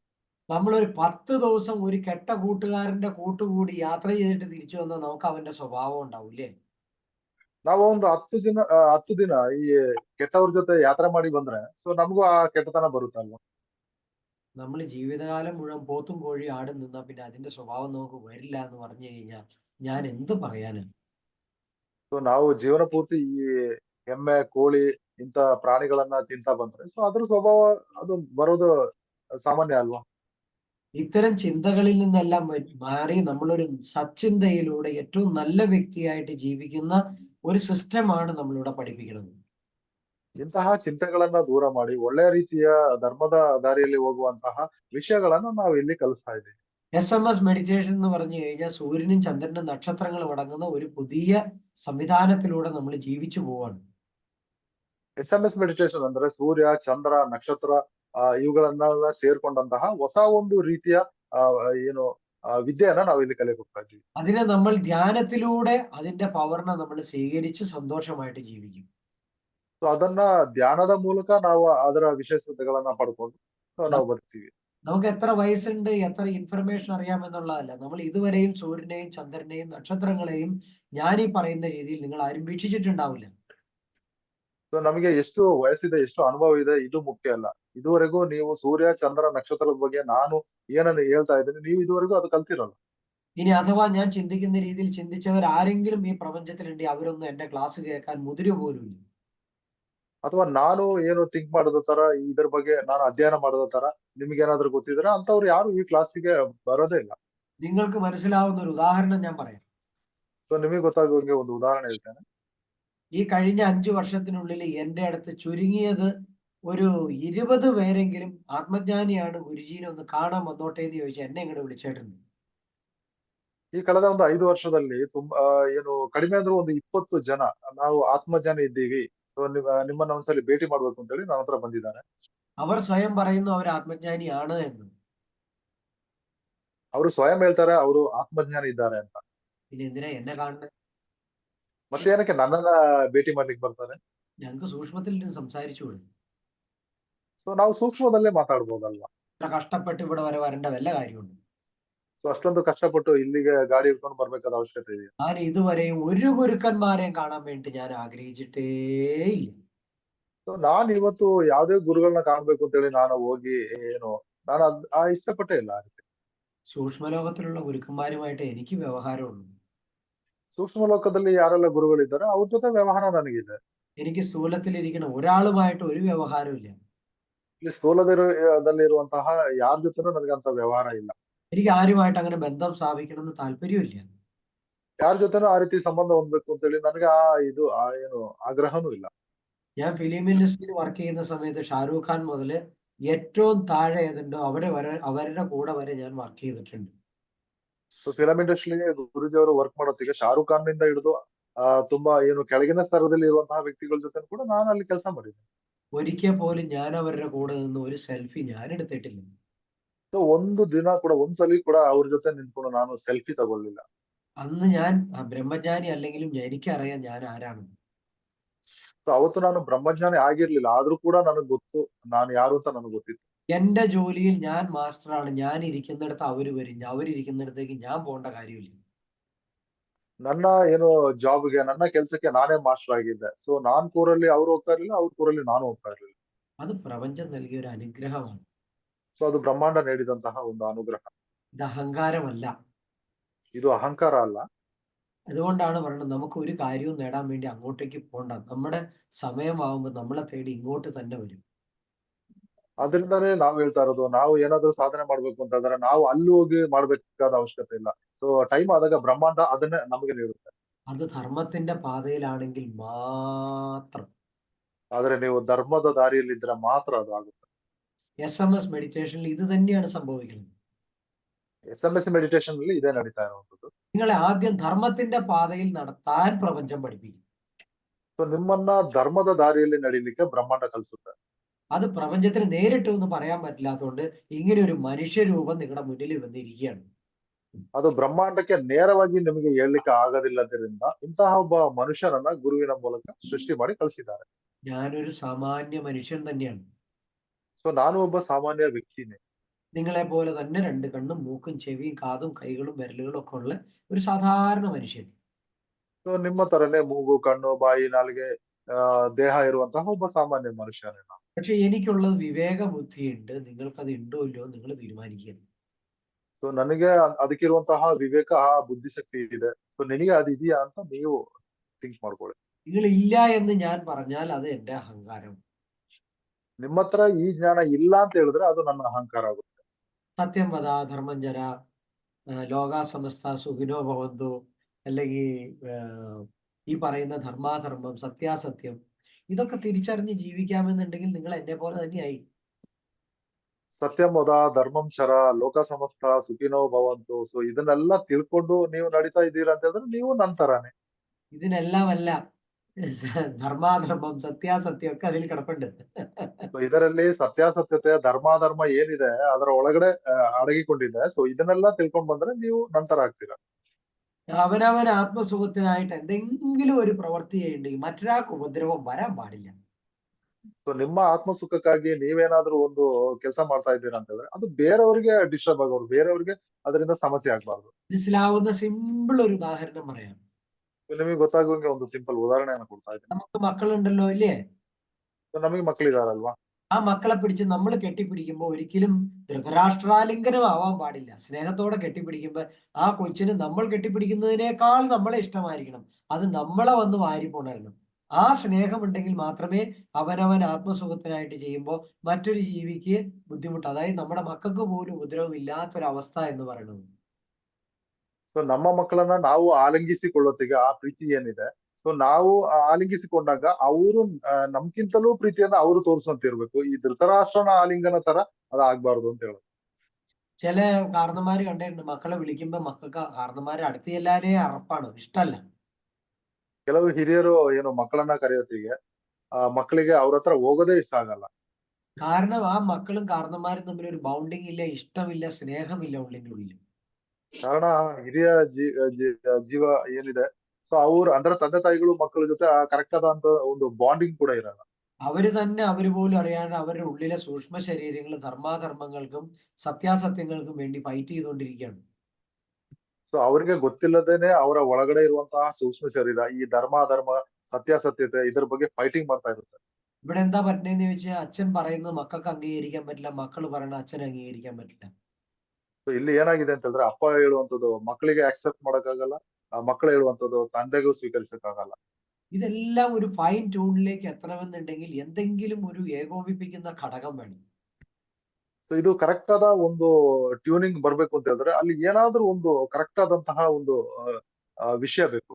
ഉദാഹരണത്തിന് നിങ്ങൾ വിചാരിച്ചു ആ വീട്ടിലെ അമ്മ വളരെ സ്നേഹത്തോടു കൂടി ഒരു ഭക്ഷണം ഉണ്ടാക്കി രണ്ട് മക്കൾക്കും, ഭർത്താവിനും, ഭർത്താവിന്റെ അച്ഛനും, ഭർത്താവിന്റെ അമ്മയ്ക്കും, സ്വന്തം അമ്മയ്ക്കും, സ്വന്തം അച്ഛനും, സഹോദരങ്ങൾക്കും എല്ലാവർക്കും ഭക്ഷണം കൊടുക്കുകയാണെന്ന് വിചാരിച്ചോ? ಉದಾಹರಣೆಗೆ ನೀವು ಥಿಂಕ್ ಮಾಡಿ ನೋಡಿ, ಒಂದು ಮನೆಯಲ್ಲಿ ತಾಯಿಯಾದವಳು ತುಂಬಾ ಪ್ರೀತಿಯಿಂದ ಅಡುಗೆ ಮಾಡಿ ಅದನ್ನ ತನ್ನ ಮಕ್ಕಳಿಗೆ, ಗಂಡನಿಗೆ, ಆಕೆಯ ತಂದೆ ತಾಯಿಗೆ, ಆತನ ಅಂದ್ರೆ ಗಂಡನ ತಂದೆ ತಾಯಿಗೆ ಬಡಿಸ್ತಾ ಇದ್ದಾರೆ ಅಂತ ತಿಳ್ಕೊಳ್ಳಿ. അവരുണ്ടാക്കിയ ഭക്ഷണം ഏറ്റവും നല്ല രീതിയിൽ എല്ലാവർക്കും വിളമ്പി കൊടുക്കും. ಸೊ ಅವ್ರು ಮಾಡಿದಂತಹ ಆಹಾರವನ್ನ ತುಂಬಾ ಒಳ್ಳೆಯ ರೀತಿಯಲ್ಲಿ ಎಲ್ರಿಗೂ ಬಡಿಸ್ತಿದ್ದಾರೆ. ചിലര് പറയും ഉപ്പ് കൂടി, ചിലര് പറയും മുളകില്ല, ചിലര് പറയും രുചി കുറഞ്ഞു, ചിലര് പറയും അത് ഇട്ടായിരുന്നെങ്കിൽ കുറച്ച് നന്നായിരുന്നു. എന്തെങ്കിലും ഒരു കുറ്റം ഒരാൾക്ക് കണ്ടുപിടിക്കാനുണ്ടാവും. ಸೊ ಕೆಲವರು ಏನ್ ಹೇಳ್ತಾರೆ ಅದರಲ್ಲಿ, ಕೆಲವರು ಹೇಳ್ತಾರೆ ಅದರಲ್ಲಿ ಉಪ್ಪಿಲ್ಲ, ಕೆಲವರು ಹೇಳ್ತಾರೆ ಅದರಲ್ಲಿ ಹುಳಿ ಇಲ್ಲ, ಕೆಲವರು ಹೇಳ್ತಾರೆ ಅದರಲ್ಲಿ ಖಾರ ಇಲ್ಲ, ಆ ಏನೋ ಒಂದು ಕಡಿಮೆ ಆಗಿದೆ ಅಂತ ಕೆಲವರೆಲ್ಲ ಹೇಳ್ತಾರೆ. നമ്മൾ ജീവിതത്തിൽ ഇതേപോലെ എന്ത് കാര്യം വേണമെങ്കിലും എടുത്തു നോക്കിക്കോ, എല്ലാവർക്കും ഒരുപോലെ അംഗീകരിക്കാൻ പറ്റുന്ന ഒരു ഘടകം ഭൂമിയിൽ വേറെ ഇല്ല. ಸೊ ನೀವು ಜೀವನದಲ್ಲಿ ಥಿಂಕ್ ಮಾಡಿ ನೋಡಿ, ಸೊ ಎಲ್ಲರೂ ಕೂಡ ಸ್ವೀಕಾರ ಮಾಡುವಂತಹ ಒಂದು ವಿಷಯ ಈ ಭೂಮಿ ಮೇಲೆನೆ ಇಲ್ಲ. അങ്ങനെ ഒരു വിഷയമുള്ളത് ആത്മീയത മാത്രമേ ഉള്ളൂ. ಸೊ ಅಂತ ಒಂದು ವಿಷಯ ಇದೆ ಅಂತ ಹೇಳಿದ್ರೆ ಅದು ಆಧ್ಯಾತ್ಮ.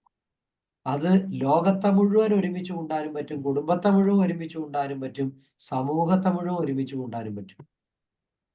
ಸೊ ಅದರಿಂದ ಒಂದು ಕುಟುಂಬವನ್ನ ಜೊತೆ ಸೇರಿಸಿ ಹೋಗಕ್ಕಾಗುತ್ತೆ, ಒಂದು ಸಮೂಹವನ್ನ ಜೊತೆ ಸೇರಿಸಿ ಹೋಗಕ್ಕಾಗುತ್ತೆ, ಇಡೀ ಏನು ಭೂಲೋಕದಲ್ಲಿ ಇರುವಂತಹ ಜನಗಳನ್ನು ಕೂಡ ಒಟ್ಟು ಸೇರಿಸಿ ಹೋಗುವಂತೆ ಅದರಿಂದ ಆಗುತ್ತೆ. ഇതുകൊണ്ടാണ് സനാതന ധർമ്മം എന്നതിനെ വിളിക്കുന്നത്. ಇದಕ್ಕೆ ಇದನ್ನ ಸನಾತನ ಧರ್ಮ ಅಂತ ಕರೆಯಲಾಗುತ್ತೆ. ഇന്നലകളിലും ഇന്നും നാളെയും ഇത് ഇങ്ങനെ തന്നെ സത്യമായിട്ട് പോകും. ಸೊ ನಿನ್ನೆ, ಇಂದು, ನಾಳೆ ಇದು ಯಾವತ್ತೂ ಸತ್ಯವಾಗೇ ಹೋಗುತ್ತೆ. ഒരിക്കലും ഒരാൾക്കും പറയാൻ പറ്റില്ല ഞാനാണ് ഇതിന്റെ അവസാനത്തെ ആള്, എനിക്ക് ശേഷം ഇനി ആരുമില്ല, എനിക്ക് മുൻപ് ആരും ഉണ്ടായിരുന്നില്ല. ഇങ്ങനത്തെ മണ്ടത്തരമൊന്നും സനാതന ധർമ്മത്തിൽ പറയാൻ പറ്റില്ല. ಸೊ ಸನಾತನ ಧರ್ಮದಲ್ಲಿ ಒಬ್ಬರಿಗೂ ಹೇಳಕ್ಕಾಗಲ್ಲ, ಸೊ ನಾನೇ ಕೊನೆಯವನು ಇದರ ಅಥವಾ ನನ್ನಿಂದಲೇ ಆರಂಭವಾಗಿದ್ದು ಅಂತ ಯಾರಿಂದಲೂ ಇದನ್ನ ಹೇಳಲಿಕ್ಕೆ ಸಾಧ್ಯ ಇಲ್ಲ. ഈ പറയുന്ന ബ്രാഹ്മണൻ, വൈശ്യൻ, ശൂദ്രൻ, ക്ഷത്രിയൻ എന്നീ പറയുന്ന ഈ വകഭേദം പോലും നമ്മൾ ചില കൃമികീടങ്ങൾ പിടിച്ച ആൾക്കാർ ഉണ്ടാക്കിയെടുത്തതല്ലാണ്ട് ശരിക്കും സനാതന ധർമ്മത്തിലുള്ളതല്ല അത്. ಕೆಲ ಕ್ರಿಮಿಕೀಟಗಳು ಏನು ಕಚ್ಚಿದಂತಹ ಜನಗಳು ಇದನ್ನ ಉಂಟು ಮಾಡಿದ್ದಾರೆ. ಈ ಬ್ರಾಹ್ಮಣ, ಕ್ಷತ್ರಿಯ, ವೈಶ್ಯ, ಶೂದ್ರ ಅಂತ ಏನು ಅದನ್ನ ಕೂಡ ಡಿವೈಡ್ ಮಾಡ್ಬಿಟ್ಟಿದ್ದಾರೆ. ഇപ്പൊ ഞാൻ നിങ്ങൾക്ക് ഒരു ഉദാഹരണം പറഞ്ഞുതരാം. ಸೊ ನಿಮಗೊಂದು ಉದಾಹರಣೆನ ಕೊಡ್ತಾ ಇದ್ದೀನಿ. നമ്മുടെ ആശ്രമത്തിൽ അനേകം ആളുകൾ വരാറുണ്ട്. ಸೊ ನಮ್ಮ ಆಶ್ರಮಕ್ಕೆ ಅನೇಕ ಜನಗಳು ಬರ್ತಾರೆ. ചിലര് വൃത്തിയുള്ളവര് കാണും, ചിലര് വൃത്തി ഇല്ലാത്തവര് കാണും, ചിലര് ചൊറി ചരങ്ങ് പിടിച്ചവര് കാണും, ചിലര് വേറെ എന്തെങ്കിലും സ്കിൻ ഡിസീസ് പിടിച്ചവര് കാണും. ഞാൻ ഇവരെ 4 ഡിപ്പാർട്ട്മെന്റ് ആയിട്ട് അങ്ങ് തിരിച്ചു വിചാരിക്കുക. ಸೊ ಕೆಲವರು ತುಂಬಾ ಕ್ಲೀನ್ ಆಗಿ ನೀಟಾಗಿ ಬಂದವರು ಇರ್ತಾರೆ, ಕೆಲವರು ಏನು ಸ್ಕಿನ್ ಡಿಸೀಸ್ ಅಂದ್ರೆ ಚರ್ಮದ ಕಾಯಿಲೆ ಇರೋರೆಲ್ಲ ಬಂದಿರ್ತಾರೆ. ಸೊ ಈ ರೀತಿ ಬೇರೆ ಬೇರೆ ಜನಗಳೆಲ್ಲ ಇಲ್ಲಿ ಬಂದಿರ್ತಾರೆ. ನಾನು ಇವರನ್ನ ಒಂದು 4 ಭಾಗಗಳಾಗಿ ಡಿವೈಡ್ ಮಾಡ್ದಂತ ನೀವು ತಿಳ್ಕೊಳ್ಳಿ. അങ്ങനെ ഞാൻ ഒരേ കോമ്പൗണ്ടിൽ തന്നെ 4 പേർക്ക് 4 സ്ഥലത്തേക്ക് അങ്ങ് താമസമാക്കി. അത് കഴിഞ്ഞിട്ട് ഒരു ഗ്രൂപ്പിനെ സീബ്ര ഗ്രൂപ്പ്, മറ്റേതിനെ മങ്കി ഗ്രൂപ്പ്, മറ്റേതിനെ കുങ്കി ഗ്രൂപ്പ്, ഇതിനെ ഡോങ്കി ഗ്രൂപ്പ് എന്ന് പറഞ്ഞ് അങ്ങ് തിരിച്ചു വിചാരിക്കുക.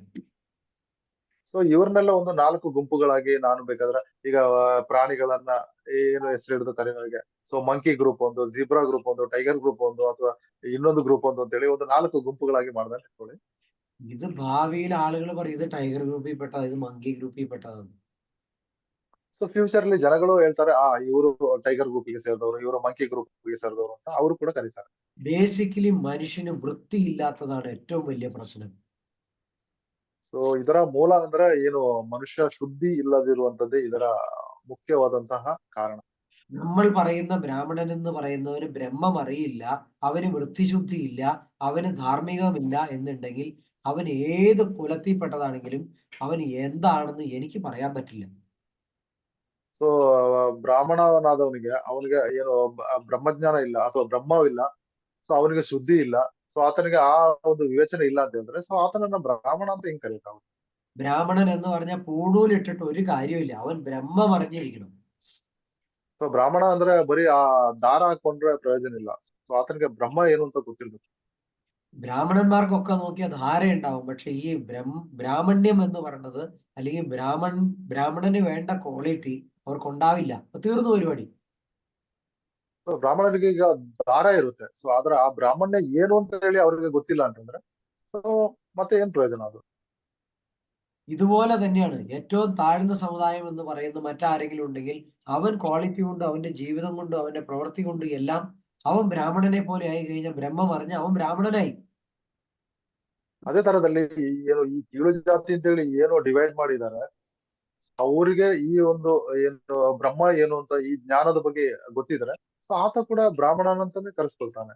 നമ്മുടെ പുരാണങ്ങളിൽ എടുത്ത് നോക്കിക്കോ, അവിടെയുള്ള ശ്രേഷ്ഠ ഋഷിമാര് മുഴുവൻ താഴ്ന്ന സമുദായത്തിൽപ്പെട്ടതെന്നാണ് പറയുന്നത്. അല്ലെങ്കിൽ അവരുടെ കുലം എന്ന് പറയുന്ന താഴ്ന്ന കുലത്തിലാണ്, അവർ പിന്നീടാണ് ബ്രാഹ്മണനായിട്ട് മാറിയത്.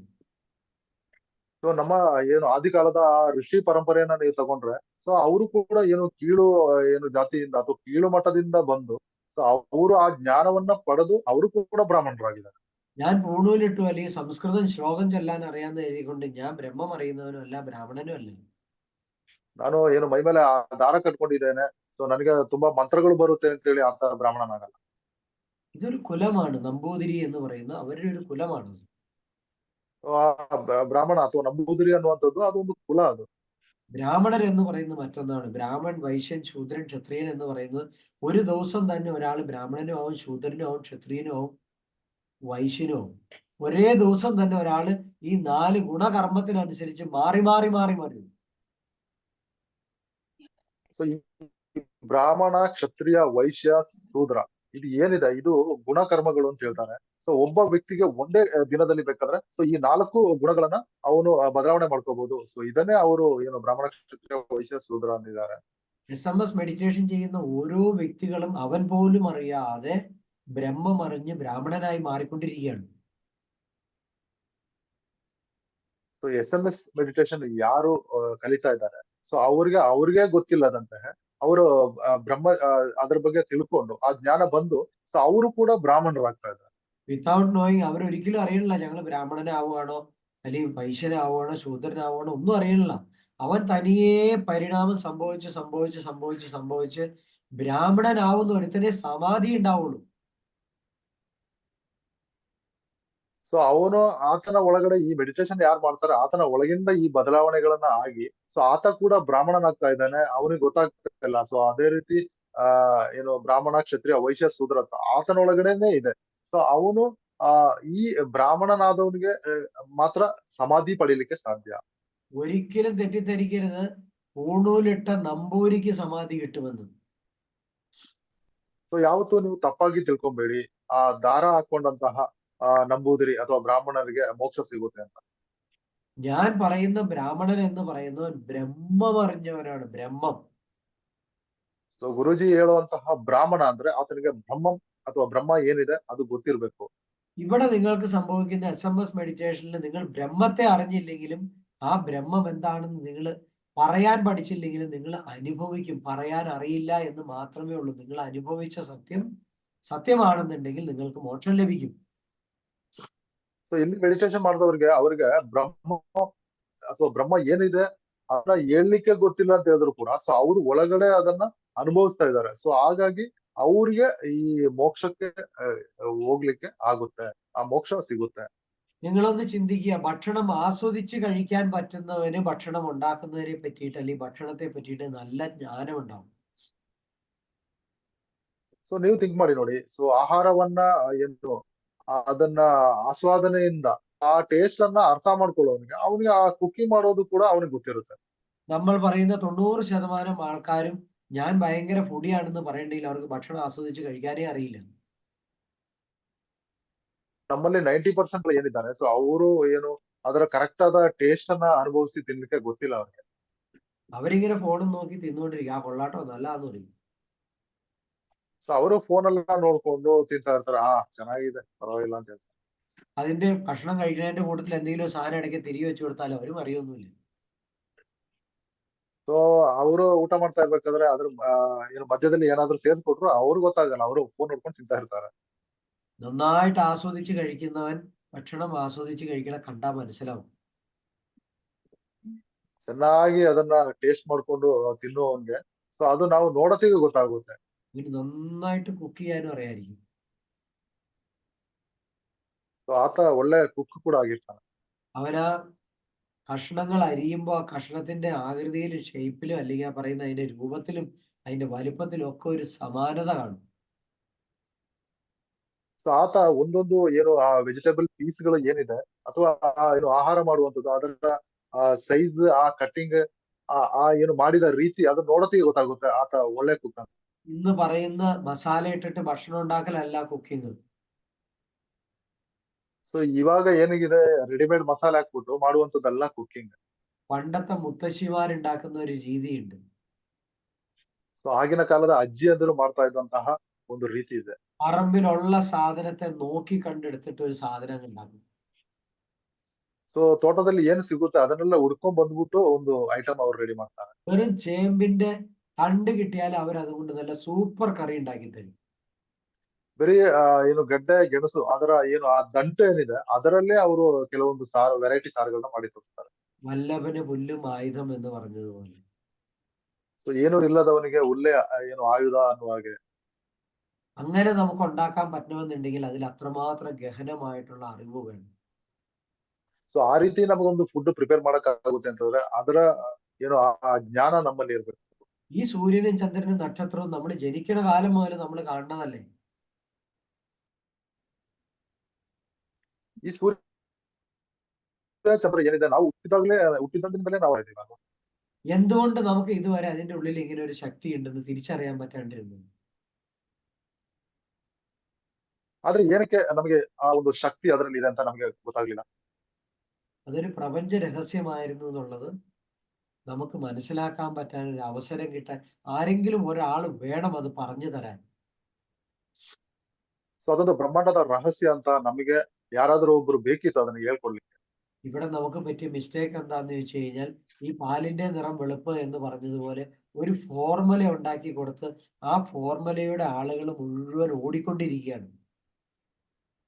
ಸೊ ಇಲ್ಲಿ ನಮಗೆ ಆದಂತಹ ಮಿಸ್ಟೇಕ್ ಏನಿದೆ ಅಂತ ಹೇಳಿದ್ರೆ, ಸೊ ಹಾಲಿನ ಬಣ್ಣ ಬಿಳಿ ಅಂತ ಏನು ನಮಗೆ ತಿಳಿಸಿದ್ದಾರೆ. ಸೊ ಅದೊಂದು ಫಾರ್ಮುಲಾ ರೆಡಿ ಮಾಡಿದ್ದಾರೆ. ಆ ಫಾರ್ಮುಲಾನೇ ನಾವು ತಿಳ್ಕೊಂಡು ನಡೀತಾ ಇದ್ದೀವಿ. ആ ഫോർമുലയ്ക്ക് വെളിയിൽ നിന്ന് ആളുകൾക്ക് ചിന്തിക്കണമെന്നുണ്ടെങ്കിൽ വിവേക ബുദ്ധിക്കുള്ള സ്കോപ്പ് കൊടുക്കണം. ಸೊ ಆ ಫಾರ್ಮದಿಂದ ಹೊರಗಡೆ ಬಂದು ನಾವು ಅದನ್ನ ಥಿಂಕ್ ಮಾಡ್ಬೇಕು, ಅರ್ಥ ಮಾಡ್ಕೋಬೇಕು ಅಂತ ಹೇಳಿದ್ರೆ ಸೊ ಅದಕ್ಕಿರುವಂತಹ ಒಂದು ಸ್ಕೋಪ್ ಇರಬೇಕು. അങ്ങനെ ചിന്തിക്കണമെന്നുണ്ടെങ്കിൽ അവരിൽ ആത്മീയത വരണം. ಸೊ ಆ ರೀತಿ ನೀವು ಥಿಂಕ್ ಅಂತಂದ್ರೆ ನಿಮ್ಮಲ್ಲಿ ಆಧ್ಯಾತ್ಮ ಇರಬೇಕು. ആത്മീയത എന്ന് പറയുന്ന ജീവിതത്തിന്റെ ബേസ് ആണ്.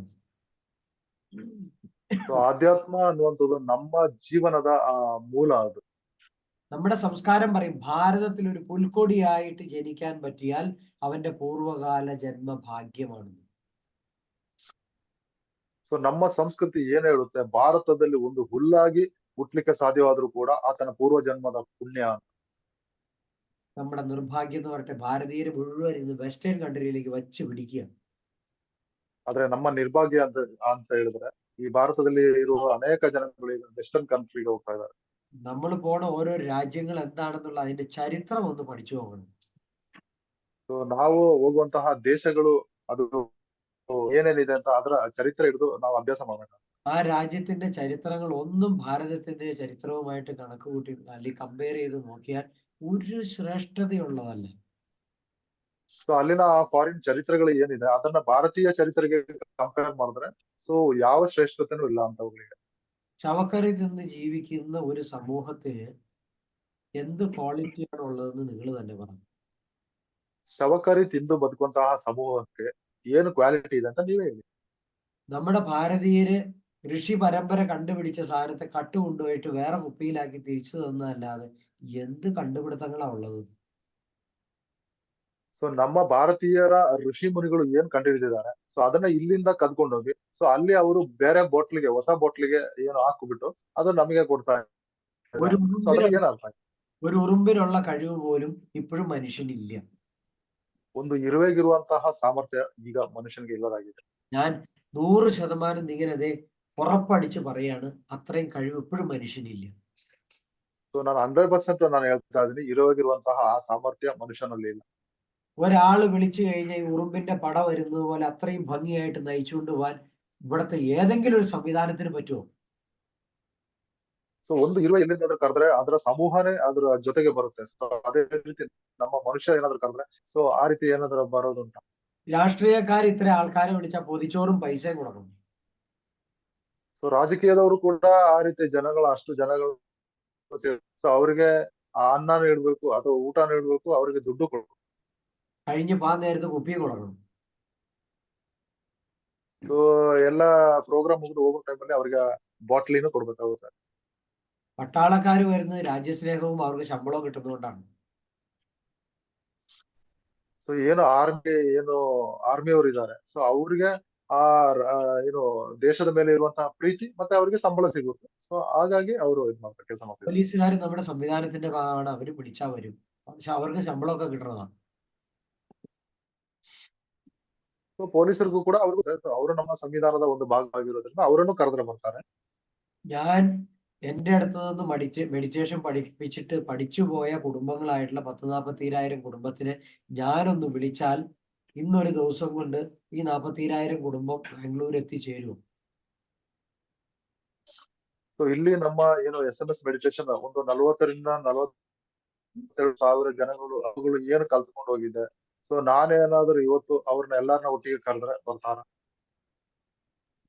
40 പേര് ചിലപ്പോ വരുമായിരിക്കും. 40 പേര് ചിലപ്പോ വരുമായിരിക്കും. നെറ്റ്വർക്ക് ഇഷ്യൂ ആവുന്നുണ്ട്, വായ്സ് ബ്രേക്ക് ആവുന്നുണ്ട്. എന്റേതാണോ അറിയുന്നില്ല, എല്ലാവരുടെ ആണോ?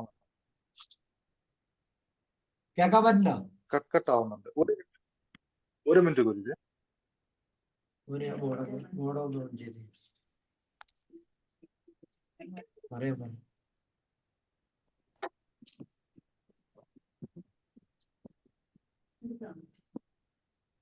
ഗുരുജി ഇപ്പൊ കേൾക്കുന്നുണ്ടോ? എനിക്ക് കേൾക്കണ്ട, കുഴപ്പമൊന്നും കാണും. ഇവിടുത്തെ നെറ്റാണോ അവിടുത്തെ നെറ്റാണോ ഇവിടുത്തെ? ഇപ്പൊ കേൾക്കുന്നുണ്ട്, എനിക്ക് കേൾക്കുന്നുണ്ട്. ഒരു മിനിറ്റ്, ചാർജ് കുറഞ്ഞതാ. അവിടത്തെ ആണോ? ഒരു മിനിറ്റ്. ഓക്കെ. എന്റെ സിസ്റ്റത്തിന്റെ ചാർജ് കുറഞ്ഞു, അത് ഞാൻ വിചാരിച്ചു എന്റെ ഇയർബഡിന്റെ അതിന്റെ ചാർജ് അവിടെ കുറഞ്ഞു വന്നിട്ട് ഞാൻ ഇയർഫോൺ ഇത് കണക്ട് ആക്കി വയറ്. അപ്പോ ഇത്രയും ഒരു വലിയ ധർമ്മം പഠിപ്പിച്ചിട്ട് പോലും ഇങ്ങനെ വിളിച്ചാൽ നിസ്വാർത്ഥമായിട്ടൊരു 40 പേര് പോലും വരാനുണ്ടാവില്ല. ಇಂತಹ ಧರ್ಮವನ್ನ ನಾನು ಕಲ್ಸಿದ್ರು ಕೂಡ ಸೊ ನಾನು ಕರೆದ್ರೆ ಒಂದು 40 ಜನನು ಕೂಡ ಬರಲ್ಲ, ಹಂಗೆ ಆಗಿದೆ. മുല്ലപ്പെരിയാർ ഡാമിന്റെ വിഷയവുമായിട്ട് കഴിഞ്ഞ വർഷം ഞാൻ യാത്ര തിരിക്കുമ്പോൾ ഒപ്പ് ശേഖരണത്തിന് പോയിട്ട് എന്റെ കൂടെ എത്ര പേരുണ്ടായിരുന്നു എനിക്കറിയാം. ಸೊ ಮುಲ್ಲೆಪೆರಿಯಾರ್ದು ಆ ಡ್ಯಾಮ್ ಏನಿದೆ ಅದರ ಪ್ರಾಬ್ಲಮ್ಗೋಸ್ಕರ ಗುರುಜಿ ಒಂದು ಟೀಮ್ ಅನ್ನ ಕರ್ಕೊಂಡು ಹೋಗಿದ್ರು. ಸೊ ಆವಾಗ ಕರೆದಾಗ ಗುರುಜಿ ಜೊತೆ ಬಂದವರು ಎಷ್ಟು ಜನ ಇದಾರೆ ಅಂತ ನನಗೆ ಗೊತ್ತು. 50ാമത്തെ നിലയുടെ മുകളിൽ പഞ്ചസാര കൊണ്ടെന്ന് വെച്ചിട്ട് ഒരു ഉറുമ്പ് വരെ അറിഞ്ഞാൽ മതി, അവരുടെ ഒരൊറ്റ അനൗൺസ്മെന്റ് കൊണ്ട് കോടിക്കണക്കിന് ഉറുമ്പ് അവിടെ നല്ല ഭംഗിയായിട്ട് അച്ചടക്കത്തോടു കൂടി വന്ന് അവരുടെ കാര്യം നടത്തിയിട്ട് പോകും. ಸೊ ಗುರುಜಿ ಏನ್ ಹೇಳ್ತಿದ್ದಾರೆ ಅಂತ ಹೇಳಿದ್ರೆ, ಈಗ ಒಂದು ದೊಡ್ಡ ಬಿಲ್ಡಿಂಗ್ ನಲ್ಲಿ 50ನೇ ಫ್ಲೋರ್ ನಲ್ಲಿ ಸ್ವಲ್ಪ ಸಕ್ಕರೆ ಬಿದ್ದಿದ್ದು ಒಂದು ಇರುವೆ ಅಲ್ಲಿಗೆ ಹೋದ್ರೆ ಸಾಕು, ಆ ಇರುವೆ ಕರೆದ್ರೆ ಕೆಳಗಡೆ ನೆಲದ ಮೇಲೆ ಏನಿದೆ ಅಷ್ಟೂ ಇರುವೆಗಳು ಅದನ್ನ ಕೇಳಿಸ್ಕೊಂಡು ಅಲ್ಲಿಗೆ ಗುಂಪು ಗುಂಪಾಗಿ ಕೋಟಿಗಟ್ಲೆ ಬರುತ್ತೆ ಬೇಕಾರೆ. അവരുടെ അച്ചടക്കവും ക്വാളിറ്റി പോലും നമുക്കില്ല. ಸೊ ಅವರ ಒಂದು ಶಿಸ್ತು ಆ ಕ್ವಾಲಿಟಿ ಕೂಡ ನಮಗಿಲ್ಲದಾಗಿದೆ. അവര് പഞ്ചസാര തിന്നാൻ വന്നാണെങ്കിൽ അവരോട് പറയണം, മക്കളെ ഈ ചെയ്യണത് വൃത്തികേടാണ്, ഇങ്ങനെ ചെയ്യല്ലേ, ഇനി മേലിൽ വന്ന് എന്റെ വീട്ടിൽ ഉപദ്രവിക്കുന്നതെന്നൊന്ന് ശാസിച്ച് പറഞ്ഞാൽ അവര് തിരികെ പോകും. നമുക്ക് കാണാതെ. ಸೊ ಅಷ್ಟೊಂದು ಗುಂಪು ಬಂದಿದ್ರು ಕೂಡ ನಾವು ಅದನ್ನ ನಮ್ಮ ನಿಸ್ವಾರ್ಥತೆಯಿಂದ ನೀವು ಇದನ್ನ ತಿನ್ಬೇಡಿ, ನಮಗಿದು ಅವಶ್ಯಕತೆ ಇದೆ ಅಂತ ನಾವು ಹೇಳಿದ್ರೆ ಸೊ ಅದು ಹೊರಟೋಗುತ್ತೆ ಅದು. അവർക്ക് വേണ്ട പഞ്ചസാര ഒരു സ്ഥലത്തേക്ക് ഇത്തിരി മാറ്റി വെച്ച് കൊടുത്താൽ മതി. ಸೊ ಅವ್ರಿಗೆ ಬೇಕಾದ ಸಕ್ಕರೆಯನ್ನು ಒಂದ್ ಸ್ವಲ್ಪ ನೀವು ಬದಿಗಿಡಿ, ಅದು ತಿನ್ಕೊಂಡು ಹೋಗುತ್ತೆ. അധർമ്മത്തിൽ ജീവിക്കണോ, കള്ളുകുടിയനോ തോന്നിവാസം ജീവിക്കുന്നവനോ പറഞ്ഞ ഉറുമ്പ് കേൾക്കൂല. ಆದ್ರೆ ಅಧರ್ಮದಲ್ಲಿ ನಡೆಯುವವನು ಏನು ಡ್ರಿಂಕ್ಸ್ ಮಾಡುವವನು ಅಥವಾ ಕೆಟ್ಟ ರೀತಿಯಲ್ಲಿ ನಡೆಯುವವರು ಸೊ ಅವ್ರೇನು ಹೇಳಿದ್ರೆ ಈ ಇರುವೆಗಳು ಕೇಳಲ್ಲ. അപ്പൊ ഈ പറയുന്ന ഉറുമ്പിന് പോലും അറിയാൻ ധർമാധർമ്മത്തിൽ ജീവിക്കുന്നവൻ പറഞ്ഞാ കേൾക്കണമെന്ന്. ಹಾಗಾದ್ರೆ ನೀವು ಥಿಂಕ್ ಮಾಡಿ ನೋಡಿ, ಆ ಇರುವೆಗೂ ಕೂಡ ಗೊತ್ತು ಧರ್ಮಾಧರ್ಮದಲ್ಲಿ ನಡೆಯುವಂತಹ ಅವರು ಹೇಳೋದನ್ನ, ಯಾರು ಹೇಳೋದನ್ನ ಕೇಳ್ಬೇಕು ಅಂತ ಅದಕ್ಕೂ ಗೊತ್ತು. ഒരു കൊതുകിനോ ഈച്ചയ്ക്കോ പാറ്റയ്ക്കോ അറിയാൻ ധർമ്മിഷ്ഠൻ ആരാണെന്ന്. ಒಂದು ಸೊಳ್ಳೆಗೆ, ಇರುವೆಗೆ, ಚಿಟ್ಟೆಗೆ ಕೂಡ ಗೊತ್ತು ಸೊ ಈ ಯಾರು ಪಾಪ ಮಾಡಿದ್ದಾರೆ ಅಂತ. ഇന്നലെ ഇവിടെ കണ്ണടയിൽ മെഡിറ്റേഷൻ ചെയ്യാൻ വന്ന അവര് പോലും പറഞ്ഞു, മെഡിറ്റേഷൻ ചെയ്യുന്ന സമയത്ത് ഞങ്ങളെ കൊതുക് വന്ന് ശല്യപ്പെടുത്തണ്ടായിരുന്നു ഗുരുജി, പക്ഷെ ഞങ്ങൾ ഉറങ്ങുന്ന സമയത്ത് ഒരു കൊതുക് പോലും ഞങ്ങളെ ശല്യപ്പെടുത്തിയില്ല.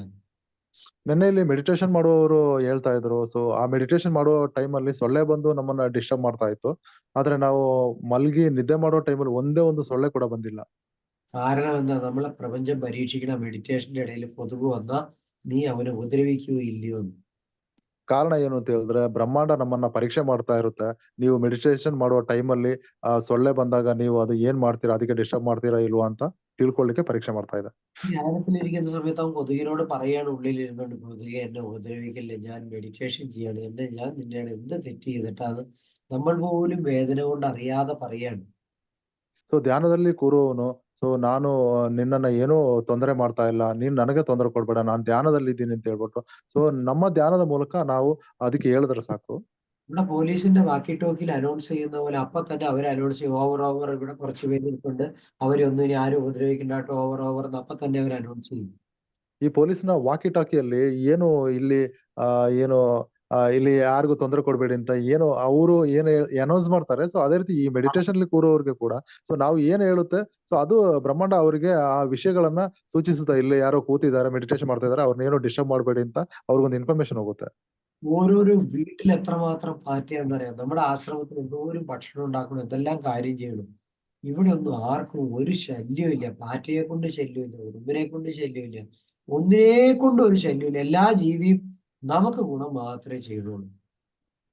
ಒಂದೊಂದು ಮನೆಗಳಲ್ಲೂ ಕೂಡ ಈ ಕಾಕ್ರೋಚ್ ಏನಿದೆ ಸೊ ಅಥವಾ ಏನು ನಮ್ಮ ಆ ಫುಡ್ಗೆ ಬರುತ್ತಾ ಇರುವಂತಹ ಈ ಚಿಕ್ಕ ಚಿಕ್ಕ ಸೂಕ್ಷ್ಮ ಜೀವಿಗಳು ಏನಿದೆ ಸೊ ಅದು ನಮ್ಮ ಮನೆಯಲ್ಲೇ ಎಷ್ಟು ಡಿಸ್ಟರ್ಬ್ ಮಾಡುತ್ತೆ, ಆದ್ರೆ ನೀವು ಆಶ್ರಮಕ್ಕೆ ಬಂದು ನೋಡಿ, ಇಲ್ಲಿ ಯಾರಿಗೂ ಯಾವ ತೊಂದರೆನು ನೀಡಲ್ಲ. ಈ ಜಿರಳೆ ಅದರಲ್ಲಿ ಮುಖ್ಯವಾಗಿ.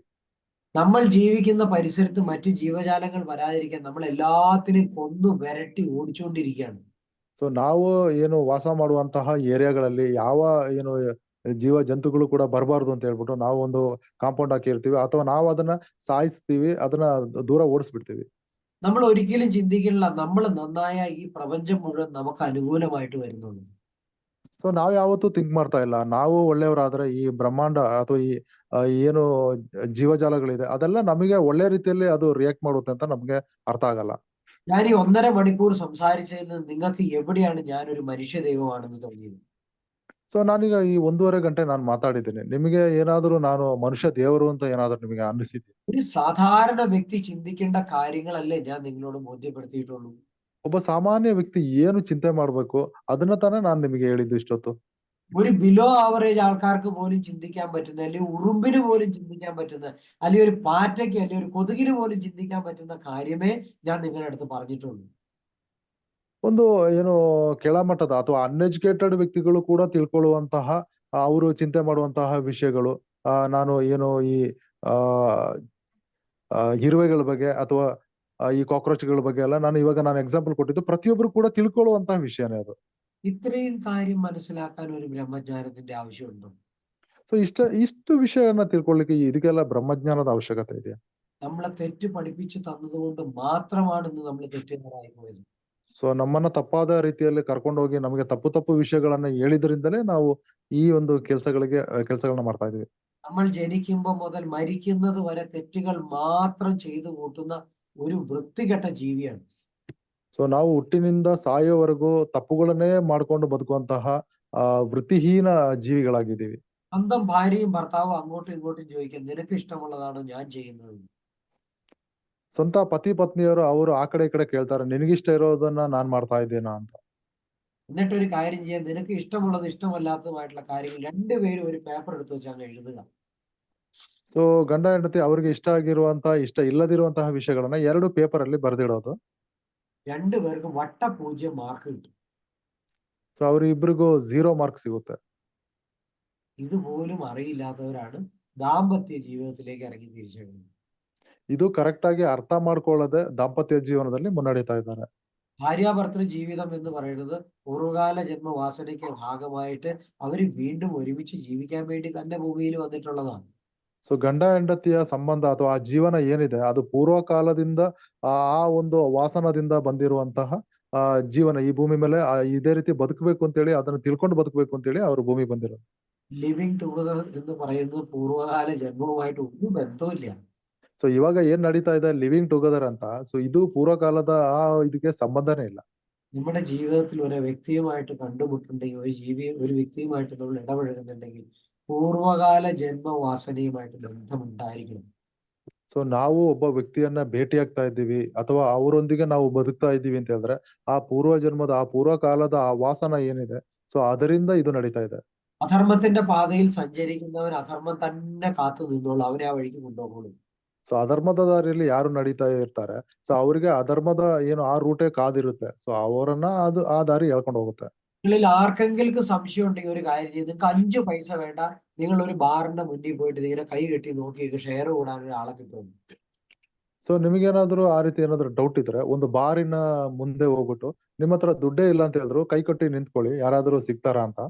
10 മിനിറ്റിനുള്ളിൽ നിങ്ങൾക്ക് ഒരാൾ ഫ്രീ ആയിട്ട് വന്ന് കള്ളു മേടിച്ചു തന്നിരിക്കും. ಒಂದು 10 ನಿಮಿಷದೊಳಗೇನೆ ಯಾರಾದ್ರೂ ಬಂದು ನಿಮಗೆ ಏನು ದುಡ್ಡಿಲ್ಲ ಅಂತ ಹೇಳಿದ್ರೆ ಫ್ರೀ ಆಗಿ ಅವರು ಡ್ರಿಂಕ್ಸ್ ತೆಗೆದುಕೊಡ್ತಾರೆ. ഇത്രയേ ഉള്ളൂ. നമ്മൾ ആഗ്രഹിച്ചാൽ മതി, നടക്കും. ಇಷ್ಟೇ ಇರೋದು, ನಾವು ಆಸೆ ಪಟ್ರೆ ಸಾಕು, ಅದು ನಡೆಯುತ್ತೆ. ചീത്ത കാര്യങ്ങൾ പെട്ടെന്ന് നടക്കും. ಸೊ ಕೆಟ್ಟ ವಿಷಯಗಳು ಅದ್ರ ಬೇಗ ಆಗ್ಬಿಡುತ್ತೆ. നല്ല കാര്യങ്ങൾ നടക്കണേ അതിൻ്റെതായ ബുദ്ധിമുട്ട് കാണില്ലേ. ಆದ್ರೆ ಒಳ್ಳೆ ಕಾರ್ಯಗಳು ಒಳ್ಳೆ ವಿಷಯಗಳು ನಡಿಬೇಕಾದ್ರೆ ಅದಕ್ಕೆ ಇರುವಂತಹ ಸಮಸ್ಯೆಗಳಿದೆ. ആ ഉദാഹരണത്തിൽ നിന്ന് മനസ്സിലായില്ലെങ്കിൽ ഒരു കാര്യം ചെയ്യേ, ഒരാൾക്ക് കല്യാണം കഴിച്ചാൽ മതി എന്നുണ്ടെങ്കിൽ ഏതെങ്കിലും ഒരു പെണ്ണിനെ എവിടെന്നെങ്കിലും കിട്ടും. ಸೊ ಅದೇ ರೀತಿ ನೀವು ಬೇರೆ ಒಂದು ಉದಾಹರಣೆಗೆ ಹೇಳೋದಾದ್ರೆ ಒಬ್ಬ ವ್ಯಕ್ತಿಗೆ ಏನಾದ್ರು ಮದುವೆ ಆಗ್ಬೇಕು ಅಂತ ಆ ಟೈಮ್ ಬಂದಾಗ ಅವ್ರಿಗೆ ಎಲ್ಲಿಂದಾದ್ರೂ ಒಂದು ಹುಡುಗಿ ಸಿಗುತ್ತೆ. ഒരു നല്ല പെൺകുട്ടിയോ ഒരു നല്ല ചെറുക്കനെയോ കിട്ടണമെന്നുണ്ടെങ്കിൽ ചിലപ്പോൾ 30 വയസ്സ് വരെ കാത്തിരുന്നാലും കിട്ടണമെന്ന് ഒരു നിർബന്ധമില്ല. ಕೆಲವೊಮ್ಮೆ ಒಂದು ಒಳ್ಳೆಯ ಹುಡುಗಿ ಸಿಗ್ಬೇಕು ಅಂತ ಹೇಳಿದ್ರೆ, ಒಂದು ಒಳ್ಳೆಯ ಹುಡುಗ ಸಿಗ್ಬೇಕು ಅಂತ ಹೇಳಿದ್ರೆ 30 ವರ್ಷ ಎಲ್ಲ ಕಾಯ್ಬೇಕಾಗುತ್ತೆ. അത് ഇത്തിരി കഷ്ടപ്പാടാണ്. ಸೊ ಅದಕ್ಕೆ ಸ್ವಲ್ಪ ಕಷ್ಟ ಇದೆ. ഇന്നത്തെ സമൂഹം അങ്ങനെയായി മാറിക്കഴിഞ്ഞു. ಸೊ ಇವತ್ತಿನ ಸಮೂಹ ಆ ರೀತಿ ಆಗಿದೆ. നമ്മുടെ SMS മെഡിറ്റേഷന്റെ ഗുണമാണ് ഇപ്പൊ ഈ പറഞ്ഞു പോയത് മുഴുവൻ. ಸೊ ಈ SMS ಮೆಡಿಟೇಷನ್ ಇಂದ ಏನೇನು ಗುಣ ಇರುತ್ತೆ ಅಂತ ಅದನ್ನ ಇಷ್ಟು ಹೊತ್ತು ಹೇಳಿದ್ದಾರೆ. നിങ്ങൾ ചുമ്മാ ഒരു കഥ കേട്ടിരുന്ന പോലെ ഇരുന്നുള്ളൂ എന്ന് എനിക്കറിയാം. ನೀವು ಒಂದು ಕತೆ ಕೇಳೋ ತರ ನೀವು ಕೇಳಿ ಕೂತಿದ್ದೀರಾ ಅಂತ ನನಗೆ ಗೊತ್ತು. കഥ മുഴുവൻ കേട്ട് കഴിഞ്ഞിട്ട് ചോദിക്കും ശ്രീരാമൻ സീതയുടെ ആരാന്ന് ചോദിക്കുമ്പോ ആങ്ങളെയാണോ പെങ്ങളാണോ എന്നൊന്നും അറിയില്ലാത്തൊരു അവസ്ഥ പോലെയായി. ಸೊ ಕತೆ ಎಲ್ಲ ಕೇಳಿದ ಮೇಲೆ ಏನು ರಾಮ ಸೀತೆಗೆ ಏನಾಗ್ಬೇಕು ಅಂತ ಕೇಳ್ದಂಗೆ ಆಗುತ್ತೆ ಇದು. അല്ല ഗുരുജി, ഇപ്പൊ ഇതിൽ എവിടെ SMS മെഡിറ്റേഷൻ? ಸೊ ಅಲ್ಲ ಗುರುಜಿ, ಇದರಲ್ಲಿ SMS ಮೆಡಿಟೇಷನ್ ಎಲ್ಲಿ ಬಂದಿದೆ ಅಂತ ಕೇಳ್ತೀರಾ? ഞാൻ ഇതുവരെ SMS മെഡിറ്റേഷൻ ഒരു കാര്യം ഇത് കേട്ടില്ലല്ലോ എന്ന് പറയും. ಸೊ SMS ಮೆಡಿಟೇಷನ್ ಬಗ್ಗೆ ಯಾವ ವಿಷಯನ ನಾನು ಕೇಳಿಲ್ಲಲ್ಲ ಅಂತ ಹೇಳ್ತಾರೆ. എന്റെ ക്ലാസ് ഒക്കെ ഇങ്ങനെ ആർക്കും മനസ്സിലാവൂല എന്നാ അതിന്റെ ഉള്ളിൽ എല്ലാം ഉണ്ട്. ಸೊ ನನ್ನ ತರಗತಿ ಹೀಗೇನೆ, ಅದು ತುಂಬಾ ಜನಕ್ಕೆ ಅರ್ಥ ಆಗಲ್ಲ, ಆದ್ರೆ ನನ್ನ ತರಗತಿ ಒಳಗಡೆ ಎಲ್ಲವೂ ಇದೆ. നിങ്ങൾ ഇങ്ങനെ എന്റെ കൂടെ അങ്ങ് സ്വയം യാത്ര ചെയ്യും, അപ്പൊ കുറച്ച് കഴിയുമ്പോ എല്ലാം തനിയെ പഠിച്ചോളൂ. ನೀವು ಜಸ್ಟ್ ನನ್ನ ಜೊತೆ ಯಾತ್ರೆ ಮಾಡ್ತಾ ಬನ್ನಿ, ಸೊ ಸ್ವಲ್ಪ ಟೈಮ್ ಕಳೆದಾಗ ನಿಮಗೆ ಎಲ್ಲ ಅರ್ಥ ಆಗುತ್ತೆ, ಗೊತ್ತಾಗುತ್ತೆ. ഇത് എന്താന്നോടെ ഒന്ന് പറഞ്ഞുതരാം. ಇನ್ನೂ ಒಂದು ವಿಷಯನ ಹೇಳ್ತೇನೆ. ഈ ചൊല്ലിക്കൊടു തല്ലിക്കൊടു തല്ലി മറന്നുപോയി, അത് ഞാൻ പറയാനില്ല. ഓക്കെ, നമ്മള് കൊച്ചു കുട്ടികളെ ഇങ്ങനെ ഈ ഭാഷ പഠിക്കണത് ആദ്യം അമ്മ, അച്ഛ, പോയി, വന്നു ഇങ്ങനെയൊക്കെ പറയലേ ചെയ്യണത്. ಸೊ ನಾವು ಚಿಕ್ಕ ಮಕ್ಕಳು ಭಾಷೆ ಕಲಿಬೇಕಾದ್ರೆ ಅವರು ತೊದಲು ನುಡಿಗಳಿಂದ ಕಲಿತಾರೆ. ಅಪ್ಪ, ಅಮ್ಮ, ಈ ಪುಟ್ಟ ಪುಟ್ಟ ವಿಷಯಗಳನ್ನ ಅವ್ರು ಹೇಳ್ಕೊಂಡು ಕಲಿತಾರೆ. നമ്മളെല്ലാം ഇങ്ങനെ ഭാഷ പഠിച്ചെങ്കിൽ നമ്മൾ കുട്ടികളെ ഭാഷ പഠിപ്പിക്കണേ എങ്ങനെ അന്യ ഭാഷ പഠിപ്പിക്കുമ്പോ? ಸೊ ನಾವೆಲ್ಲ ಈ ರೀತಿ ಕಲ್ತ್ಕೊ ಬಂದಿದ್ರು, ಈಗ ನಾವು ಮಕ್ಕಳಿಗೆ ಬೇರೆ ಭಾಷೆಯನ್ನ ಯಾವ ರೀತಿ ಕಲಿಸ್ತಾ ಇದೀವಿ? നമ്മൾ പഠിച്ചത് ജനിച്ചപ്പോ അങ്ങനെയാണ് പഠിച്ചതെന്ന് നമുക്കറിയാം. പക്ഷെ മക്കളെ പഠിപ്പിക്കും ഗ്രാമർ ആദ്യം പഠിപ്പിക്കും. ಸೊ ನಾವು ಏನು ಹುಟ್ಟಿ ಬೆಳೆದಾಗ ಕಲ್ತಿದ್ದು ಆ ರೀತಿ ಅಂತ ಗೊತ್ತು. ಆದ್ರೆ ನಮ್ಮ ಮಕ್ಕಳಿಗೆ ಕಲ್ಸೋತ್ತಿಗೆ ನಾವು ಪಕ್ಕ ಗ್ರಾಮರ್ ಸಮೇತ ಕಲಿಸ್ತೀವಿ. നമുക്ക് എന്തോ മിസ്റ്റേക്ക് ഇല്ല. നമുക്കറിയില്ല, പഠിക്കാനും അറിയില്ല, പഠിപ്പിക്കാനും അറിയില്ല, ഒന്നുമില്ല. ಆಗ ನೀವು ಥಿಂಕ್ ಮಾಡಿ ನೋಡಿ, ನಮ್ಮಲ್ಲಿ ಏನೋ ಮಿಸ್ಟೇಕ್ ಇಲ್ವಾ? ನಮಗೆ ಕಲೀಲಿಕ್ಕೂ ಗೊತ್ತಿಲ್ಲ, ಕಲ್ಸಲಿಕ್ಕೂ ಗೊತ್ತಿಲ್ಲ. ഞാൻ ഇതേപോലെ ഞാനിങ്ങനെ കാര്യങ്ങളൊക്കെ പറഞ്ഞു ഈ കൂട്ടത്തിൽ ഇങ്ങനെ പലതും നിങ്ങൾക്ക് മനസ്സിലാവും. ഒക്കെ ഇത് ജീവിതത്തിൽ ഇങ്ങനെ ഉണ്ടല്ലോ, ഇങ്ങനെ ഉണ്ടല്ലോ. ഇതൊക്കെ നടന്ന് പോയി ഒരു ദിവസം ഇതെല്ലാം കൂടി പസൽസ് എടുത്തു വെക്കണ മാതിരി അതങ്ങ് എടുത്തു വെക്കുമ്പോൾ എല്ലാ കാര്യവും നിങ്ങൾക്ക് ക്ലിയർ ആവും. ಸೊ ನಾನು ಇದೇ ರೀತಿನೇ ಈ ರೀತಿ ಕ್ಲಾಸ್ ಮಾಡ್ತಾ ಇರ್ಬೇಕಾದ್ರೆ ನಿಮಗೆ ಅಲ್ಲಿ ಇಲ್ಲಿ ಸ್ವಲ್ಪ ಅರ್ಥ ಆಗ್ತಾ ಬರುತ್ತೆ. ಸೊ ಸ್ವಲ್ಪ ದಿನಗಳು ಕಳೆದ ನಂತರ ಈ ಪಜಲ್ಸ್ ಗಳ ಜೋಡಣೆ ಯಾವ ರೀತಿ ಆಗುತ್ತೆ ಅದೇ ರೀತಿ ನಿಮಗೆ ಎಲ್ಲವೂ ಅರ್ಥ ಆಗ್ತಾ ಬರುತ್ತೆ. അല്ലാതെ വെറുതെ സൂര്യന്റെ മുന്നിൽ എത്ര മിനിറ്റ് കുത്തൊണ്ടി, മൗണിന്റെ മുന്നിൽ എത്ര മിനിറ്റ് കുത്തൊണ്ടി എന്നൊന്നും പറഞ്ഞ് പഠിപ്പിച്ചിട്ടൊന്നും ഒരു കാര്യമില്ല. ಅಲ್ಲದೆ ನೀವು ಸೂರ್ಯನ ಮುಂದೆ ಇಷ್ಟೊತ್ತು ಕೂತ್ಕೊಳ್ಳಿ ಅಥವಾ ಚಂದ್ರನ ಮುಂದೆ ಇಷ್ಟೊತ್ತು ಕೂತ್ಕೊಳ್ಳಿ ಅಂತ ಸುಮ್ಮನೆ ಆ ರೀತಿ ಹೇಳಿ ಪ್ರಯೋಜನ ಇಲ್ಲ. ഇതൊന്നും ജനങ്ങൾക്ക് ഗുണപ്പെടില്ല. പക്ഷെ ഇതിന്റെ ധർമാധർമ്മവും സത്യാസത്യവും ഇത് എങ്ങോട്ടേക്കാണ് പോണത്, എവിടെ നിന്ന് വന്നു, നമ്മുടെ സംസ്കാരം എന്താണ്, ഇതൊക്കെ മനസ്സിലാക്കിയിട്ട് എവിടെ പോയിട്ട് എങ്ങനെ ഇരിക്കുമ്പോൾ എന്ത് കിട്ടുമെന്ന് അറിഞ്ഞാൽ നല്ലതാണ്. ಸೊ ಇದರಲ್ಲಿ ಇರುವಂತಹ ಧರ್ಮ ಸತ್ಯಾಸತ್ಯತೆ, ಸೊ ಇದರಿಂದ ಏನು ಪ್ರಯೋಜನಗಳಾಗುತ್ತೆ, ಸೊ ಇದರ ಒಳಗಡೆ ಏನಿದೆ ನೀವು ಅರ್ಥ ಮಾಡ್ತಾ ಬರ್ತಾ ಇದ್ದಂಗೆ ಸೊ ಕೊನೆಗೆ ನಿಮಗೆ ಇದು ಗೊತ್ತಾಗುತ್ತೆ ಇದು ಏನು ಅಂತ. ഇത് ധർമാധർമ്മം അറിയില്ല, സത്യാസത്യം അറിയില്ല, ഒന്നും അറിയില്ലാത്ത ഒരുത്തിന്റെ കയ്യിലേക്ക് സ്വർണ്ണക്കട്ട എടുത്തു കൊടുത്താലും അവനത് പോണ വഴിക്ക് ചായക്കടയിൽ മറന്നു വെച്ചിട്ട് പോകും. ಸೊ ಈ ಧರ್ಮ ಸತ್ಯಾಸತ್ಯತೆ ಗೊತ್ತಿಲ್ಲದವನಿಗೆ ಅವನಿಗೆ ಏನು ಒಂದು ಚಿನ್ನದ ಒಂದು ಗಂಟು ಕೊಟ್ಟರು ಕೂಡ ಆತ ಎಲ್ಲೋ ಟೀ ಕುಡಿಯತ್ತಿಗೆ ಅವನು ಮರ್ತು ಬಿಟ್ಟು ಹೋಗಿರ್ತಾನೆ. ഗുരുദേവന്റെ കയ്യിൽ നിന്ന് ഒരുത്തൻ കാശ് ചോദിച്ച് മേടിച്ചുകൊണ്ട് പോയ നാണയം. ಸೊ ಗುರುದೇವರಿಂದ ಒಂದು ಕಾಸು ಒಬ್ಬ ಕೇಳ್ಕೊಂಡು ಹೋಗಿದ್ದ. ഗുരുദേവൻ എന്ന് പറഞ്ഞാൽ കന്നഡക്കാർക്ക് അറിയില്ല, എന്റെ ഗുരുവാ.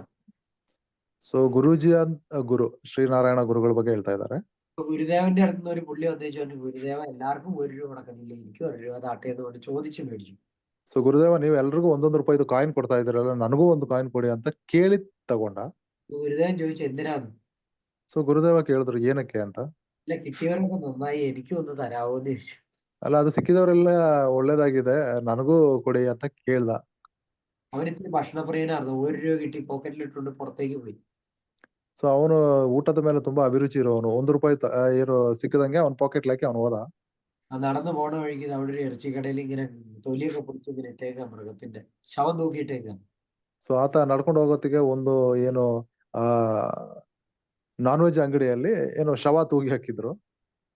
ഈ 1 രൂപ ഗുരുദേവൻ തന്നാണെന്ന് പുള്ളി ഓർത്തില്ല. പുള്ളി അവിടെ ചെന്നേച്ച് പറഞ്ഞു, ഇത് എനിക്ക് ഭയങ്കര പ്രധാനപ്പെട്ട 1 രൂപയാണ്, ഇത് ഇവിടെ വെച്ചോട്ടോ, ഞാൻ വീട്ടിൽ പോയി വേറൊരു 1 രൂപ കൊണ്ട് തരുമ്പോ ഈ 1 രൂപ എനിക്ക് തിരിച്ചു തന്നാൽ മതി എന്ന് പറഞ്ഞ് പുള്ളി അവിടുന്ന് ശവം മേടിച്ചോണ്ട് വീട്ടിൽ പോയി. ಸೊ ಇದು ತುಂಬಾ ಅಮೂಲ್ಯವಾದಂತ 1 ರೂಪಾಯಿ. ಸೊ ಇದನ್ನ ಇಲ್ಲಿ ಇಟ್ಕೊಳ್ಳಿ, ನನಗೆ ಸ್ವಲ್ಪ ಮಾಂಸ ಕೊಡಿ ಅಂತ ಹೇಳಿ ತಗೊಂಡು ನಿಮಗೆ ನಾನು ಈ ಬೇರೆ ದುಡ್ಡನ್ನ ನಾನು ಮನೆಗೆ ಹೋಗಿ ತಂದು ಕೊಡ್ತೇನೆ, ಅಲ್ಲಿವರೆಗೂ ಇದು ಇರ್ಲಿ ಅಂತ ಹೇಳ್ಬಿಟ್ಟು ಅವ್ರ ಮನೆಯಿಂದ ಬೇರೆ ಕಾಯಿನ್ ತಗೊಂಡ್ ಬಂದ. ഗുരുദേവന് 1 രൂപ കൊടുത്ത ഇപ്പോഴും ശവം തിന്ന് നടക്കുക. ആ 1 രൂപ കൈ കിട്ടിയ ഇറച്ചി വെട്ടുകാരൻ വലിയ നല്ല സന്തോഷവാനായിട്ട്, നല്ല ധനികനായിട്ട്, നല്ല ക്വാളിറ്റി ഉള്ളവനായിട്ട് ജീവിക്കുന്നു. ಆ ಗುರುದೇವ 1 ರೂಪಾಯಿ ಕೊಟ್ಟ ಆ ವ್ಯಕ್ತಿ ಈಗಲೂ ಕೂಡ ತುಂಬಾ ಕೀಳು ಮಟ್ಟಕ್ಕೆ ಹೋಗ್ಬಿಟ್ಟ. ಸೊ ಆ 1 ರೂಪಾಯಿ ಯಾವ ನಾನ್ ವೆಜ್ ಅಂಗಡಿಗೆ ಕೊಟ್ಟ, ಸೊ ಅವನು ತುಂಬಾ ಇಂಪ್ರೂವ್ ಆಗ್ಬಿಟ್ಟ.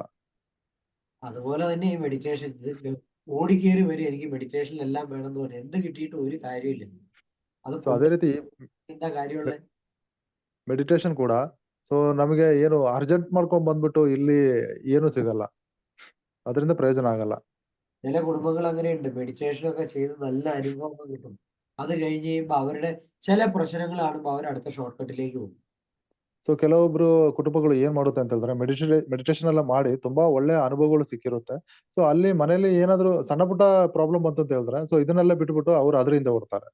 ആ സമയത്ത് അവർ ധർമ്മം ഒന്നും നോക്കൂല. ധർമ്മം ഒന്നും നോക്കിയിട്ടൊന്നും ഒരു കാര്യമില്ല, പൈസ ആവശ്യം, ഇതൊക്കെ വിട്ടേക്കെന്ന് പറഞ്ഞ് അവരതിന്റെ പിന്നാലെ പോകും.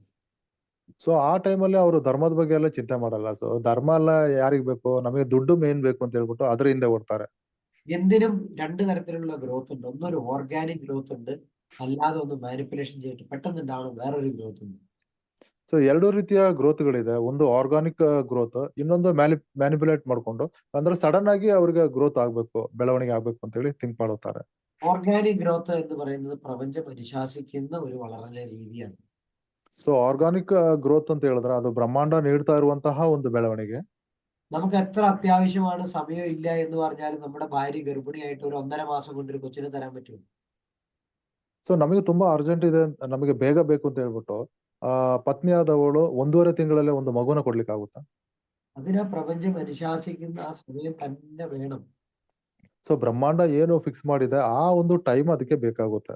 അതുപോലെ തന്നെ ഇവിടെ വന്നിരിക്കുന്ന പലർക്കും ഓരോരോ ബുദ്ധിമുട്ടുകളാണ്. നിങ്ങളുടെ പ്രശ്നങ്ങൾക്ക് കാരണം നിങ്ങളുടെ കർമ്മഫലത്തിന്റെ ഭാഗമാണ്. നിങ്ങളത് അനുഭവിക്കേണ്ടതാണ്. അതിൽ നിന്ന് നിങ്ങളെ രക്ഷപ്പെടുത്തുമ്പോൾ നിങ്ങൾക്ക് രക്ഷപ്പെടാൻ അല്പം കൂടി സാവകാശം വേണ്ടി വരും, കമ്പാരിറ്റീവ്ലി മറ്റൊരാളെ അപേക്ഷിച്ച്. ಸೊ ಅದೇ ರೀತಿ ಇಲ್ಲಿ ಬರುವವರಿಗೆ ಅನೇಕ ಸಮಸ್ಯೆಗಳಿರುತ್ತೆ. ಇದೆಲ್ಲ ಬಂದಿರುವಂತದ್ದು ನಿಮ್ಮ ಪೂರ್ವಜನ್ಮದ ಕರ್ಮ ಫಲಗಳಿಂದ. ಸೊ ಹಾಗಾಗಿ ಒಬ್ಬೊಬ್ರಿಗೂ ಒಂದೊಂದು ಟೈಮ್ ಬೇಕಾಗುತ್ತೆ ಅದು ಕ್ಲಿಯರ್ ಆಗ್ಲಿಕ್ಕೆ. നിങ്ങൾക്ക് മനസ്സിലാവുന്ന ഒരു ഉദാഹരണം പറയാം. 4 ടയറും പുത്തൻ ടയർ ഇട്ടുകൊണ്ട് ഇവിടുന്ന് കേരളത്തിലേക്ക് പോണ ഒരു നല്ല വണ്ടി, ആ വണ്ടി ചിലപ്പോൾ 6 മണിക്കൂർ കൊണ്ട് ഓടിച്ചെല്ലും. ಸೊ ನಿಮಗೆ ಉದಾಹರಣೆಗೆ ಹೇಳ್ತಾ ಇದ್ದೇನೆ, 4 ಟೈರ್ ಚೆನ್ನಾಗಿರುವಂತಹ ಒಂದು ವೆಹಿಕಲ್, ಒಂದು ಗಾಡಿ ಇಲ್ಲಿಂದ ಕೇರಳಕ್ಕೆ ಹೋಗೋದಾದ್ರೆ ಅದು ಒಂದು 6 ಗಂಟೆಗೆ ತಲುಪುತ್ತೆ ಅಂತ ಇಟ್ಕೊಳ್ಳಿ. ചിലപ്പോൾ നിങ്ങൾക്ക് ധനമില്ല, പാവപ്പെട്ടവരാണ്, പഴയ 4 ടയർ കിടക്കുന്ന ഒരു വണ്ടിയാണ്. അപ്പൊ നിങ്ങൾ ഇടയ്ക്കിടയ്ക്ക് ടയറിന് കാറ്റ് കുറഞ്ഞു എന്നറിയാൻ നിർത്തി നോക്കും. സ്പീഡിൽ പോകാൻ പറ്റില്ല. ചിലപ്പോൾ ഒരെണ്ണം പഞ്ചറാവും, ചിലപ്പോൾ ഒന്ന് മാറ്റിയിടേണ്ടി വരും, ചിലപ്പോൾ ഒന്ന് വേറെ എന്തെങ്കിലും നോക്കണം. ഇങ്ങനെ നോക്കി നോക്കി ചെല്ലുമ്പോൾ 6 മണിക്കൂർ എന്നുള്ള ചിലപ്പോൾ 16 മണിക്കൂർ എടുക്കും. ಸೊ ಇವಾಗ ಏನು ಹೊಸ ಗಾಡಿ, ಒಂದು ಒಳ್ಳೆ ಗಾಡಿಯಲ್ಲಿ 6 ಗಂಟೆ ಒಂದು ಕೇರಳಕ್ಕೆ ಹೋಗ್ಲಿಕ್ಕೆ ಒಂದು ಸಮಯ ಬೇಕಾಗುತ್ತೆ ಅಂತ ಇದ್ರೆ, ಸೊ ಒಂದು ವೇಳೆ ನೀವು ತುಂಬಾ ಬಡವರಾಗಿರ್ತೀರಾ, ನಿಮ್ಮ ಹತ್ರ ಹಳೆ ಗಾಡಿ ಇರುತ್ತೆ, ಆ 4 ಟೈರ್ ಚೆನ್ನಾಗಿರಲ್ಲ, ನೀವು ದಾರಿಲಿ ಹೋಗ್ತಾ ಇರ್ಬೇಕಾದ್ರೆ ಅದು ಪಂಚರ್ ಆಗುತ್ತೆ, ಅಥವಾ ಏನು ಗಾಳಿ ಹೋಗಿರುತ್ತೆ, ಅಥವಾ ಗಾಡಿ ನಿಂತೋಗುತ್ತೆ. ಸೊ ಈ ಗಾಡಿ ನೀವು ತಗೊಂಡೋಗ್ಬೇಕಾದ್ರೆ 6 ಗಂಟೆ ಬೇಕಾದಲ್ಲಿ 16 ಗಂಟೆ ಬೇಕಾಗುತ್ತೆ. പക്ഷെ നിങ്ങൾ എത്തും. ಆದ್ರೆ ನೀವು ತಲುಪ್ತೀರಾ. ഇവിടെ ഞാൻ നിങ്ങളോട് പറഞ്ഞത് ഈ പൊട്ട ടയർ ഇട്ടുകൊണ്ട് പോണ്ട, നല്ല ടയർ ഇട്ടുകൊണ്ട് അങ്ങ് പോയാൽ മതി എന്നാണ് പറഞ്ഞത്. ಇಲ್ಲಿ ನಾನು ಅದೇ ಹೇಳ್ತಾ ಇರೋದು, ನಿಮ್ಮ ಹಳೆ ಟೈರ್ಗಳ ಜೊತೆ ನೀವು ಬರಬೇಡಿ, ಹೊಸ ಟೈರ್ಗಳು ಹಾಕೊಂಡು ಎಲ್ಲರೂ ಒಟ್ಟಿಗೆ ಬನ್ನಿ ಅಂತ ನಾನು ಅದೇ ಹೇಳ್ತಾ ಇರೋದು. നിങ്ങൾ 16 മണിക്കൂർ കൊണ്ട് അവിടെ ചെല്ലണമെങ്കിൽ വണ്ടി എടുത്താലേ പറ്റുള്ളൂ. ಸೊ ನೀವು 16 ಗಂಟೆ ಅಲ್ಲಿ ತಲುಪಬೇಕು ಅಂತಂದ್ರೆ ಒಂದು ಗಾಡಿ ಓಡಿಸ್ಕೊಂಡು ಹೋಗ್ಬೇಕಲ್ವಾ? നിങ്ങൾ വണ്ടി എടുക്കാൻ പോലും തയ്യാറില്ല, പിന്നെ 16 മണിക്കൂർ കൊണ്ട് ചെല്ലും. ಸೊ ನೀವು ಗಾಡಿ ಓಡಿಸ್ಲಿಕ್ಕೆ ತಯಾರಿಲ್ಲ ಅಂತ ಹೇಳಿದ್ರೆ ಮತ್ತೆ 16 ಗಂಟೆಯಲ್ಲೂ ಎಲ್ಲಿ ತಲುಪ್ತೀರಾ? നിങ്ങൾ ശവക്കരി തീറ്റ നിർത്തൂല, മദ്യപാനം നിർത്തൂല, തോന്നിയാസം നിർത്തൂല, ധർമാധർമ്മം അനുസരിച്ച് ജീവിക്കൂല, അധർമ്മം വിടൂല, ധ്യാനിക്കൂല. എന്നിട്ട് എനിക്ക് എല്ലാ ദൈവങ്ങളെയും കാണണമെന്ന് പറഞ്ഞ് അമ്പലത്തിൽ പോയി ചീട്ടെടുത്ത് കൊടുത്തു കഴിഞ്ഞാൽ നിങ്ങൾക്ക് അവിടെ നിന്ന് എങ്ങനെ ദൈവത്തെ കാണാൻ പറ്റും? ನೀವು ಸರಿಯಾದ ರೀತಿಯಲ್ಲಿ ಧ್ಯಾನ ಮಾಡಲ್ಲ, ಸರಿಯಾದ ಧರ್ಮ ಅಧರ್ಮಗಳ ಗೊತ್ತಿಲ್ಲ, ಸತ್ಯಾಸತ್ಯತೆಗಳು ಗೊತ್ತಿಲ್ಲ. ಸೊ ನಾನು ಹೇಳೋ ರೂಟ್ ಅಲ್ಲಿ ನೀವು ಬಂದಿಲ್ಲ ಅಂತ ಹೇಳಿದ್ರೆ, ನೀವು ಟೆಂಪಲ್ಗೆ ಹೋಗಿ ಅಲ್ಲಿ ಏನೋ ಚೀಟಿ ಕೊಟ್ಟರು ಕೂಡ ನೀವು ಏನ್ ಪ್ರಯೋಜನ? ನಿಮಗೆಲ್ಲ ದೇವರನ್ನ ನೋಡ್ಬೇಕು ಅಂತ ಹೇಳಿದ್ರೆ ಎಲ್ಲಿಂದ ನೋಡಕ್ಕಾಗುತ್ತೆ? ഇനി അമ്പലങ്ങളിലോ ക്ഷേത്രങ്ങളിലോ ഈ പറയുന്ന ദൈവത്തിന്റെ ചൈതന്യമില്ലാത്തതല്ല കുഴപ്പം. അവിടെ ഇരിക്കുന്ന പൂജാരിക്ക് ഈ പറയുന്ന എന്തെങ്കിലും ക്വാളിറ്റി ഉണ്ടോ എന്ന് നിങ്ങൾ ഒന്ന് നോക്കുക. ಅಂದ್ರೆ ಈಗ ಟೆಂಪಲ್ಗಳಲ್ಲಿ ಏನು ಆ ವಿಗ್ರಹದಲ್ಲಿ ದೈವಶಕ್ತಿ ಇಲ್ಲ ಅಂತಲ್ಲ ನಾನು ಹೇಳ್ತಾ ಇರೋದು, ಅಲ್ಲಿ ಪೂಜೆ ಮಾಡ್ತಾ ಇರುವಂತಹ ಪೂಜಾರಿಯಲ್ಲಿ ತಕ್ಕುದಾದಂತಹ ಕ್ವಾಲಿಟಿ ಏನಾದ್ರು ಇದೆಯಾ ಇಲ್ವಾ ಅಂತ ನೀವು ತಿಳ್ಕೊಬೇಕು. അവർക്ക് പോലും ധർമാധർമ്മവും സത്യാസത്യവും അറിയില്ലെങ്കിൽ പിന്നെ ആ പൂജാരി തന്നെ പ്രസാദത്തിൽ എന്ത് ക്വാളിറ്റി ആയിരിക്കും ഉണ്ടാവുന്നത്? ಸೊ ಆ ಪೂಜಾರಿಗೆ ಧರ್ಮ ಸತ್ಯಾಸತ್ಯತೆಗಳ ಬಗ್ಗೆ ಕರೆಕ್ಟ್ ಆದ ಅರಿವಿಲ್ಲ ಅಂತ ಹೇಳಿದ್ರೆ ಆತ ಕೊಡುವಂತಹ ಪ್ರಸಾದದಿಂದ ಏನ್ ಪ್ರಯೋಜನ ಇದೆ? ഉദാഹരണം പറഞ്ഞാൽ നമ്മൾ ഹോട്ടലിലെ ഭക്ഷണം ഇപ്പൊ പോയി കഴിക്കുന്നുണ്ട്, കൊള്ളാവോ കൊള്ളൂല്ലോ നോക്കിയിട്ടല്ല, കൊള്ളില്ല എന്ന് നമുക്കറിയാം. പക്ഷെ ഹോട്ടലിലെ ഭക്ഷണം കഴിക്കണം എല്ലാവർക്കും ഇഷ്ടം. ಸೊ ಉದಾಹರಣೆ ಹೇಳ್ತಾ ಇದ್ದೀನಿ, ಇವಾಗ ನೋಡಿ, ನಾವು ಹೋಟೆಲ್ಗೆಲ್ಲ ಹೋಗಿ ನಾವು ಊಟ ಮಾಡ್ತೀವಿ. ಸೊ ನಾವು ಮನೇಲೆ ಊಟ ಮಾಡ್ಬೇಕು, ನಾವು ಹೋಟೆಲಿಂದ ಊಟ ಮಾಡೋದು ಬೇಡ ಅಂತ ನಮ್ಗೆ ಅನಿಸಿದ್ರು ಕೂಡ ನಾವು ಅಲ್ಲಿ ಹೋಗಿ ಊಟ ಮಾಡ್ತಾ ಇರ್ತೀವಿ. ശുദ്ധമായ ഭക്ഷണം കഴിക്കണമെന്നുണ്ടെങ്കിൽ സ്വന്തം വീട്ടിൽ ഇത്തിരി കഷ്ടപ്പെട്ട് ഉണ്ടാക്കണം. ಸೊ ನಮಗೆ ಒಳ್ಳೆ ಆಹಾರ ಸೇವನೆ ಮಾಡ್ಬೇಕು ಅಂತಂದ್ರೆ ನಾವು ಮನೇಲೆ ಪ್ರಿಪೇರ್ ಮಾಡ್ಕೊಂಡು ಕಷ್ಟಪಡ್ಕೊಂಡು ತಿನ್ಬೇಕಾಗುತ್ತೆ. അഭിവൃദ്ധി വേണമെന്നുണ്ടെങ്കിൽ നമ്മൾ സ്വയം തീരുമാനിക്കണം, നമ്മൾ തന്നെ കഷ്ടപ്പെടണം.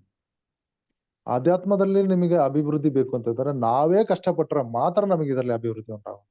അല്ലാതെ 50 രൂപയുടെ ലക്ഷാർച്ചന കൊണ്ടോ അല്ലെങ്കിൽ 5000 രൂപയുടെ ദിവസ പൂജ കൊണ്ടോ ഈ പറയുന്ന ഫലം കിട്ടുന്നുണ്ടെങ്കിൽ നമ്മുടെ വിജയമല്യ പണ്ടേ ബ്രഹ്മചാരി ആവേണ്ടതായിരുന്നു. ನಿಮ್ಗೇನಾದ್ರೂ ದೇವಸ್ಥಾನಕ್ಕೆ ಹೋಗಿ 50 ರೂಪಾಯಿಗೆ ಅಥವಾ 5,000 ರೂಪಾಯಿ ಕೊಟ್ಟುಬಿಟ್ಟು ಅರ್ಚನೆ ಮಾಡಿಸಿದ್ರೆ ಇಂಥ ವಿದ್ಯೆಗಳು ಸಿಗುತ್ತೆ ಅಂತ ಹೇಳಿದ್ರೆ, ಈಗ ವಿಜಯ ಮಲ್ಯ ಕೂಡ ಅವ್ನು ದುಡ್ಡು ಕೊಟ್ಬಿಟ್ಟು ಈ ಬ್ರಹ್ಮಜ್ಞಾನಿ ಆಗ್ಬಿಡ್ತಿದ್ದ ಈಗ. വേണ്ട, അംബാനിയും ബ്രഹ്മചാരി ആയാലും. ಸೊ ಅಂಬಾನಿ ಅಂತವನು ಕೂಡ ಬ್ರಹ್ಮಜ್ಞಾನಿ ಆಗ್ತಾ ಇದ್ದ. സ്വന്തം വീട്ടിൽ തന്നെ അമ്പലമുണ്ട്. ಸೊ ಅವರ ಮನೆ ಒಳಗಡೆನೆ ಟೆಂಪಲ್ ಮಾಡಿಟ್ಟಿದ್ದಾರೆ. ആലോചിക്കുക, പുള്ളിക്കല്ലേ ഏറ്റവും കൂടുതൽ ഈ പറയുന്ന ബ്രഹ്മജ്ഞാനത്തിൻ്റെത് കിട്ടുന്നത്. ಹಾಗಾದ್ರೆ ನೀವು ಥಿಂಕ್ ಮಾಡಿ ನೋಡಿ, ಅವರಿಗೆ ಅಲ್ವಾ ಜಾಸ್ತಿ ಬ್ರಹ್ಮಜ್ಞಾನ ಸಿಗ್ಬೇಕಾಗಿರೋದು. ബ്രഹ്മജ്ഞാനവും ഇതുമായിട്ടൊന്നും ഒരു ബന്ധവുമില്ല. ಆದ್ರೆ ಬ್ರಹ್ಮಜ್ಞಾನಕ್ಕೂ ಇದಕ್ಕೂ ಯಾವುದೇ ಸಂಬಂಧ ಇಲ್ಲ. നമ്മൾ സ്വയം കഷ്ടപ്പെട്ടാൽ നമുക്ക് നേടാം. ನಾವು ಸ್ವಯಂ ಕಷ್ಟಪಟ್ಟು ಬಂದ್ರೆ ನಮಗೆ ಈ ವಿದ್ಯೆ ದೊರಕುತ್ತೆ. ഞാൻ ഭക്ഷണം കഴിച്ചാൽ എന്റെ വിശപ്പ് മാറും, എന്റെ ഭാര്യ ഭക്ഷണം കഴിച്ചാൽ അവളുടെ വിശപ്പ് മാറും. ನಾನು ಊಟ ಮಾಡಿದ್ರೆ ಅಥವಾ ಆಹಾರ ಸೇವನೆ ಮಾಡಿದ್ರೆ ನನ್ನ ಹೊಟ್ಟೆ ತುಂಬುತ್ತೆ. ನನ್ನ ಪತ್ನಿ ಏನಿದ್ದಾಳೆ ಆಕೆ ಆಹಾರ ತಗೊಂಡ್ರೆ ಆಕೆ ಹೊಟ್ಟೆ ತುಂಬುತ್ತೆ ಅಷ್ಟೇ. അതുപോലെ തന്നെയാണ് ആത്മീയത. ഓരോരുത്തരും കഷ്ടപ്പെട്ട് ആരോഗ്യത്തോടെ കൂടി ഇരിക്കുമ്പോൾ നേടിയെടുക്കേണ്ട ഒന്നാണ് ആത്മീയത.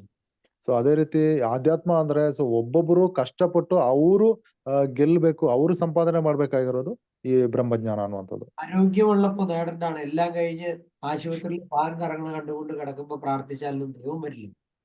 ಸೊ ನಿಮಗೆ ಆರೋಗ್ಯ ಇರ್ಬೇಕಾದ್ರೆ ನೀವು ಇದನ್ನೆಲ್ಲ ಸಂಪಾದನೆ ಮಾಡಿ ಇಡ್ಬೇಕು. ಅಲ್ಲದೆ ನೀವು ಕೊನೆ ಗಳಿಗೆಯಲ್ಲಿ ನೀವು ಏನು ಹಾಸ್ಪಿಟಲ್ ಅಲ್ಲಿ ಫ್ಯಾನ್ ಕೆಳಗಡೆ ಕೂತ್ಕೊಂಡು ಯೋಚನೆ ಮಾಡೋದು ಅವಾಗ ಬೇಕು ಅಂತ ಹೇಳಿದ್ರೆ ಸಿಗಲ್ಲ. അപ്പൊ എല്ലാവർക്കും നന്ദി, നമസ്കാരം. ഇന്നത്തെ ക്ലാസ് നിർത്തുകയാണ്. ഗുരു പരമ്പരയുടെ അനുഗ്രഹം ഉണ്ടാവട്ടെ എന്ന് ആശംസിക്കുന്നു. ഇന്നത്തെ ദിവസത്തിന്റെ പ്രത്യേകത നിങ്ങൾക്ക് എല്ലാവർക്കും അറിയാമെന്ന് മനസ്സിലാക്കുന്നു. ಸೊ ಎಲ್ಲರಿಗೂ ನಮಸ್ಕಾರ. ಇಂದಿನ ದಿನದ ಈ ಒಂದು ತರಗತಿ ಮುಗಿದಿದೆ. ಇನ್ನು ಮುಂದಿನ ತರಗತಿಯಲ್ಲಿ ಭೇಟಿಯಾಗೋಣ. ಸೊ ಎಲ್ಲಾ ಗುರು ಪರಂಪರೆಯಿಂದ ನಿಮಗೆ ಆಶೀರ್ವಾದಗಳು ದೊರಕಲಿ, ಬರಲಿ, ಸಿಗಲಿ, ಆರೋಗ್ಯ ಐಶ್ವರ್ಯ ಎಲ್ಲ ಬರಲಿ ಅಂತೇಳಿ ಪ್ರಾರ್ಥಿಸ್ತೇನೆ. ഇത് ഗുരു പൂർണിമയാണ്. ഗുരു പൂർണിമ എന്ന് പറഞ്ഞാൽ ഗുരുക്കന്മാരുടെയും ശിഷ്യഗണങ്ങളുടെയും വേണ്ടിയിട്ടുള്ള ഒരു പ്രത്യേക ദിവസമാണ്. എല്ലാവർക്കും നല്ലത് വരട്ടെ എന്ന് ആശംസിക്കുന്നു. നന്ദി, നമസ്കാരം. ಸೊ ಇವತ್ತು ಒಳ್ಳೆ ದಿನ ಆಗಿದೆ. ಗುರು ಪೌರ್ಣಮಿ ಇದೆ. ಏನು ಗುರುಗಳು ಶಿಷ್ಯದಂದ್ರ ಸಂಬಂಧ ಒಳ್ಳೆಯ ರೀತಿಯಲ್ಲಿ ಹೋಗ್ಲಿ, ಎಲ್ರಿಗೂ ಒಳ್ಳೇದಾಗ್ಲಿ ಅಂತೇಳಿ ಆಶೀರ್ವಾದ ನೀಡ್ತಾ ಇದ್ದೇನೆ.